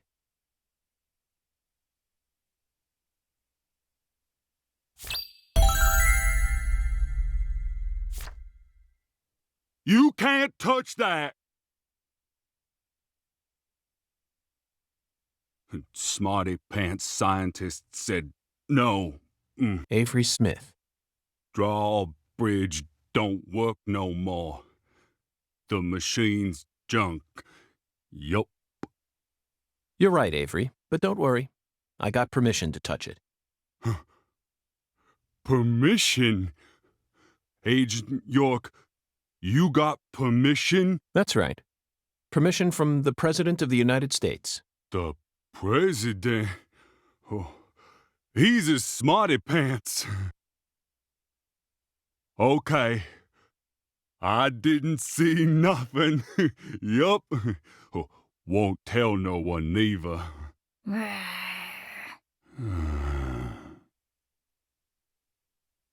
Hey, Agent York, are you really going in there? Yes, I have to, for the sake of the investigation. I'm getting kinda scared. That's a rare word to hear coming from your mouth, Patty. I don't see much in there aside from some overgrown weeds, do you? No, that's not it. I'm not scared of the weeds. I'm scared of what you'll find, Agent York. You don't need to worry, Patty. You're my precious assistant, remember? I promise I'll protect you, no matter what happens.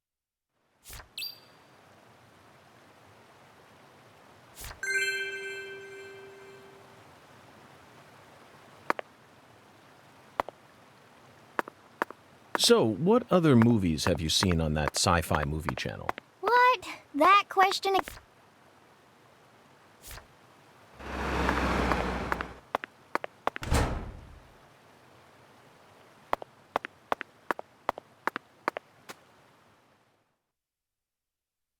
Patty, the truth is, when I first saw Okra Boy, I remembered something horrific. The most evil monster I've ever seen, in fact. A monster? Oh, yes. A demon incarnate who plunged New York City into mortal fear. The Stay Puft Marshmallow Man. Marshmallow? Ghostbusters, 1984, directed by Ivan Reitman. Now that's a film that was filled to the brim with bona fide horror. A true masterpiece that boasted an honest depiction of just how frightening a real ghost would be. Even if you watched it now, I'm sure it would still chill you to the bone. First night I watched it, I was too afraid to go to the bathroom alone. So I made Zach come with me.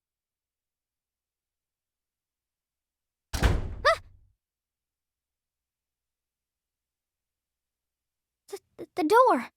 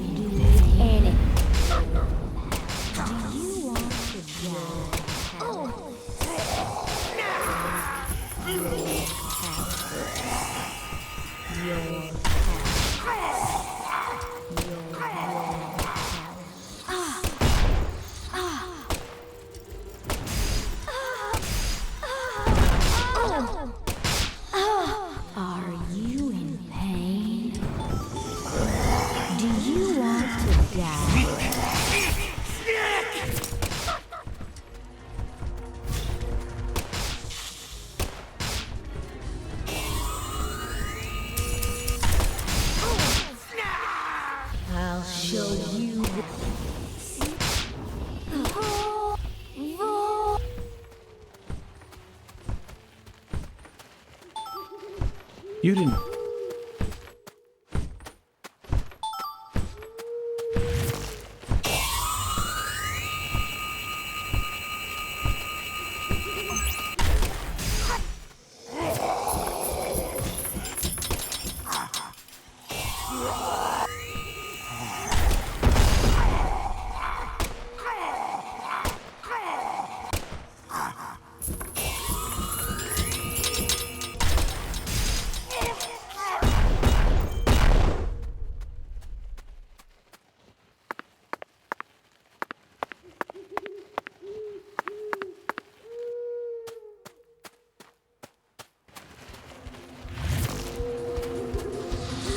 Curse. Roar. Roar.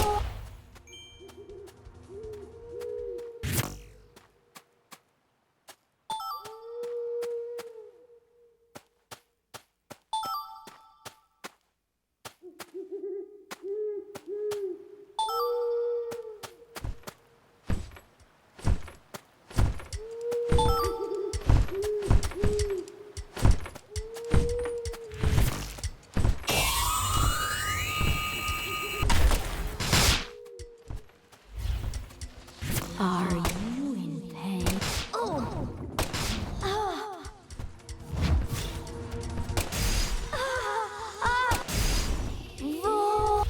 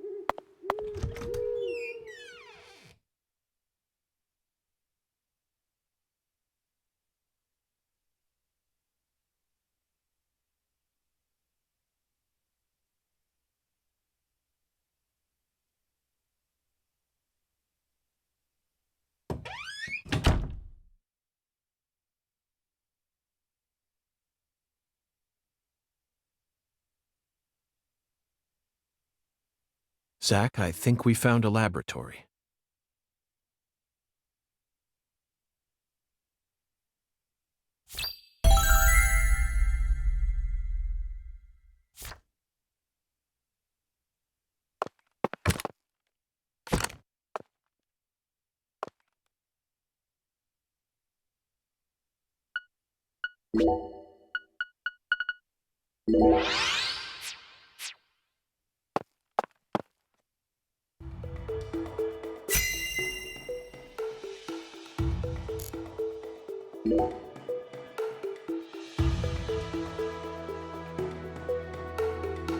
Ugh.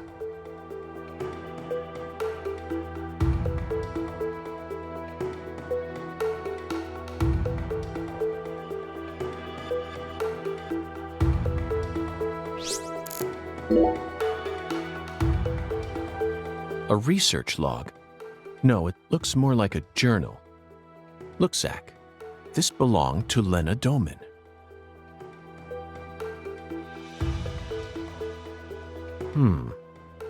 A professor to the very end. This book is filled with all sorts of detailed notes.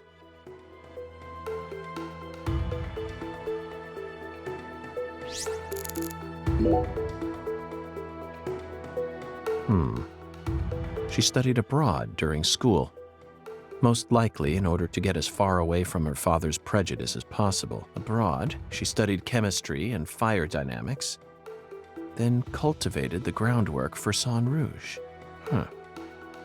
If what's written in this journal is to be believed, Sang Rouge is a naturally derived substance. That must mean it's something akin to ayahuasca, the hallucinogen found in the Amazon region.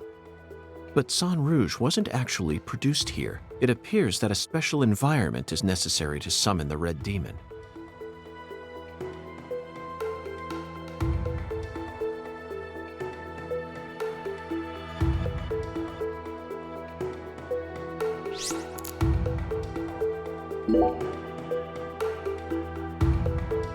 Zach, look at this.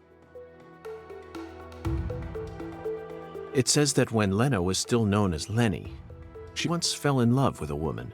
She fell in love with her older sister. That matches up with what PJ mentioned just before he died. And apparently, they had a daughter. The Clarksons' family tree is far more complicated than I could have imagined. You can say that again. And here it says that the Clarksons' older daughter later fell in love with someone in town and got married. Then she must still be somewhere in this town. Hey, Patty, did you know about all this? I don't know.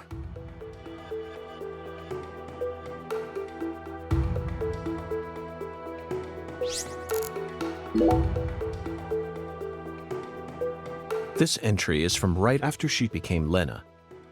Zach, what could this mean? A salesman passing through town gave me an epiphany that changed my life. She didn't create San Rouge until after she met this person. And from that point onward, she started fanatically worshiping someone. She also ceases to mention anything more about her older sister, and the word goddess of fertility starts appearing everywhere.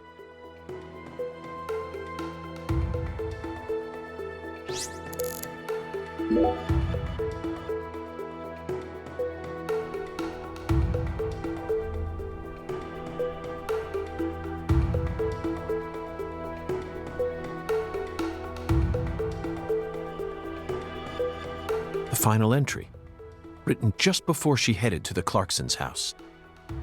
No one can stop my plan, not even me. My only worry now is P. I only pray the Fool King can stop him.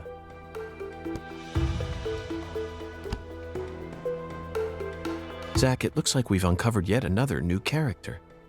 Who's the Fool King? This is starting to read like a badly written tragedy. And P. It appears that Lena's worried about whether or not the Fool King will be able to stop our investigation and successfully murder this P character. P. Philip or Professor? No, it can't be. Oh. Whew. No, don't kill him!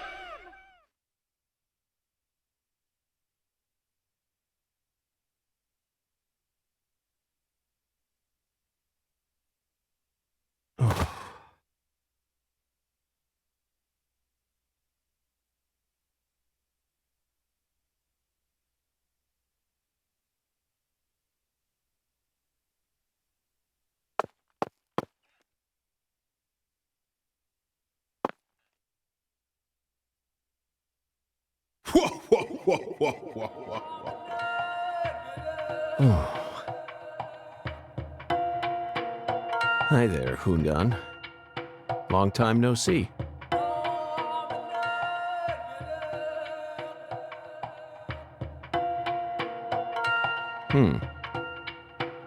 This is definitely your simplest oracle by far.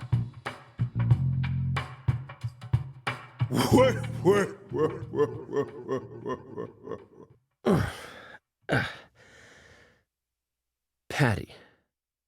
Now it all makes sense. Zach, we need to hurry back to the hotel and put all this in order.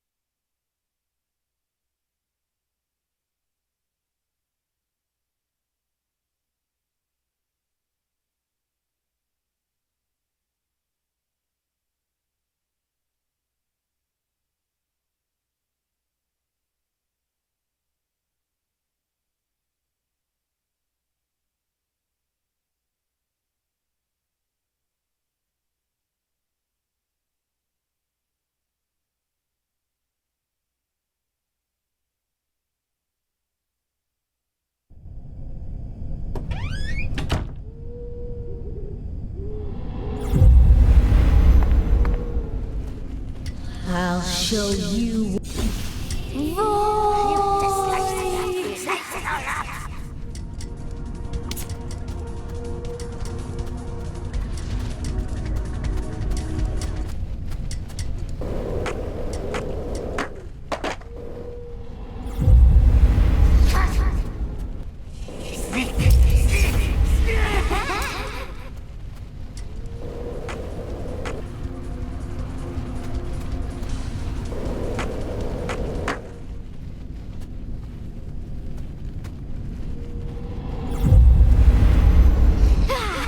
I'll show you what's beyond the vault.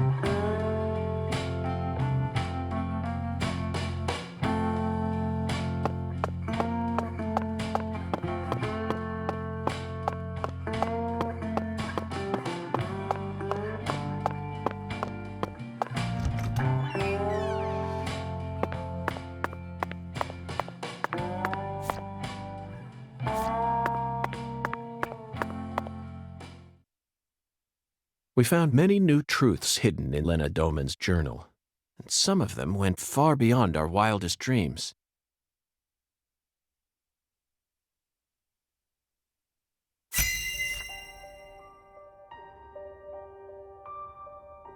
First, we should clear up who PJ's first daughter is.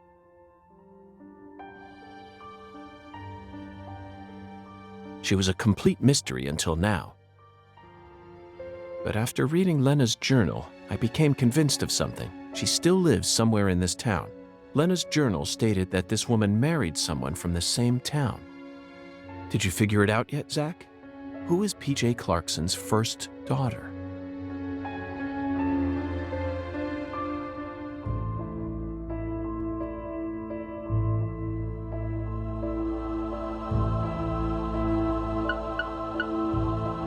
Lise Clarkson. The first, she was still just a teenager.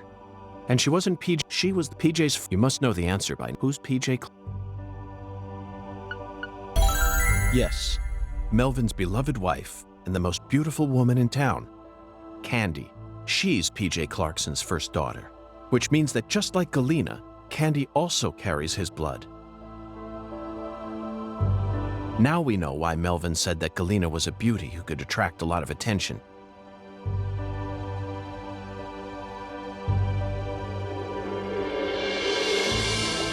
Candy had no interest in the inheritance and was also sexually liberated.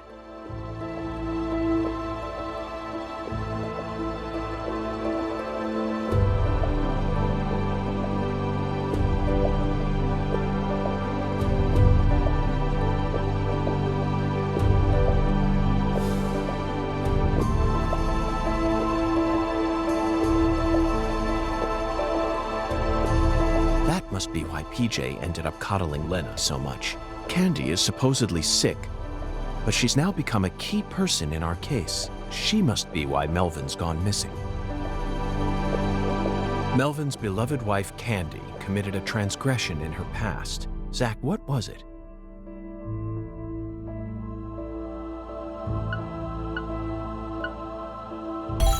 That's right. Candy had intercourse with Lena. Then she gave birth to a child that we know very well. We never heard any mention of her biological father anywhere in town, despite how much these country folk love to spread rumors. I knew there had to be some secret connected to her birth, but I never thought it'd be something like this. It's beyond anything I ever could have imagined, Zach. Next up is the Fool King, Zach. All you need to do is pick out the person who acted most like a fool when we encountered them. Honestly, the answer is clear, and it's a painful one to accept, isn't it, Zach?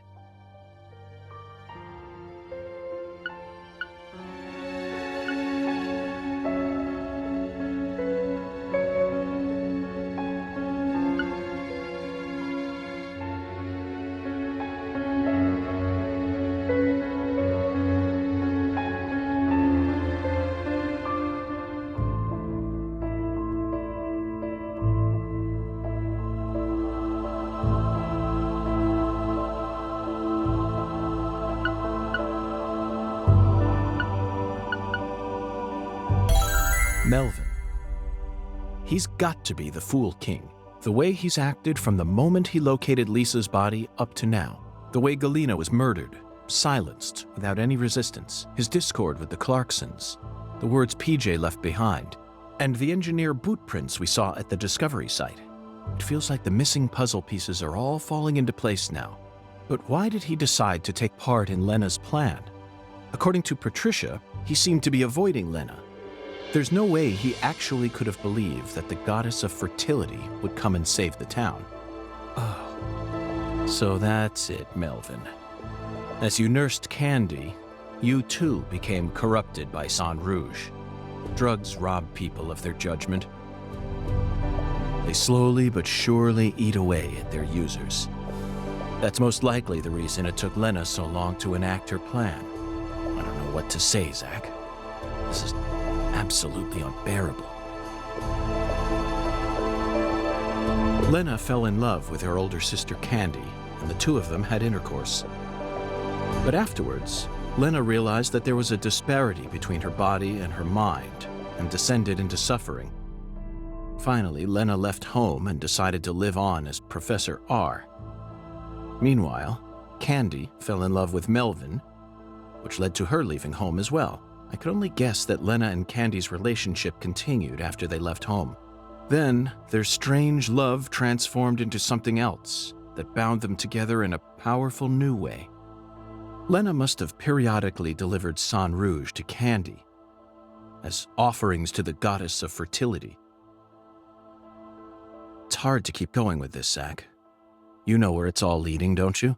If Lena's plan was to kill off every last Clarkson aside from her goddess, then her next target is PJ's last living descendant. She's in danger. We need to hurry.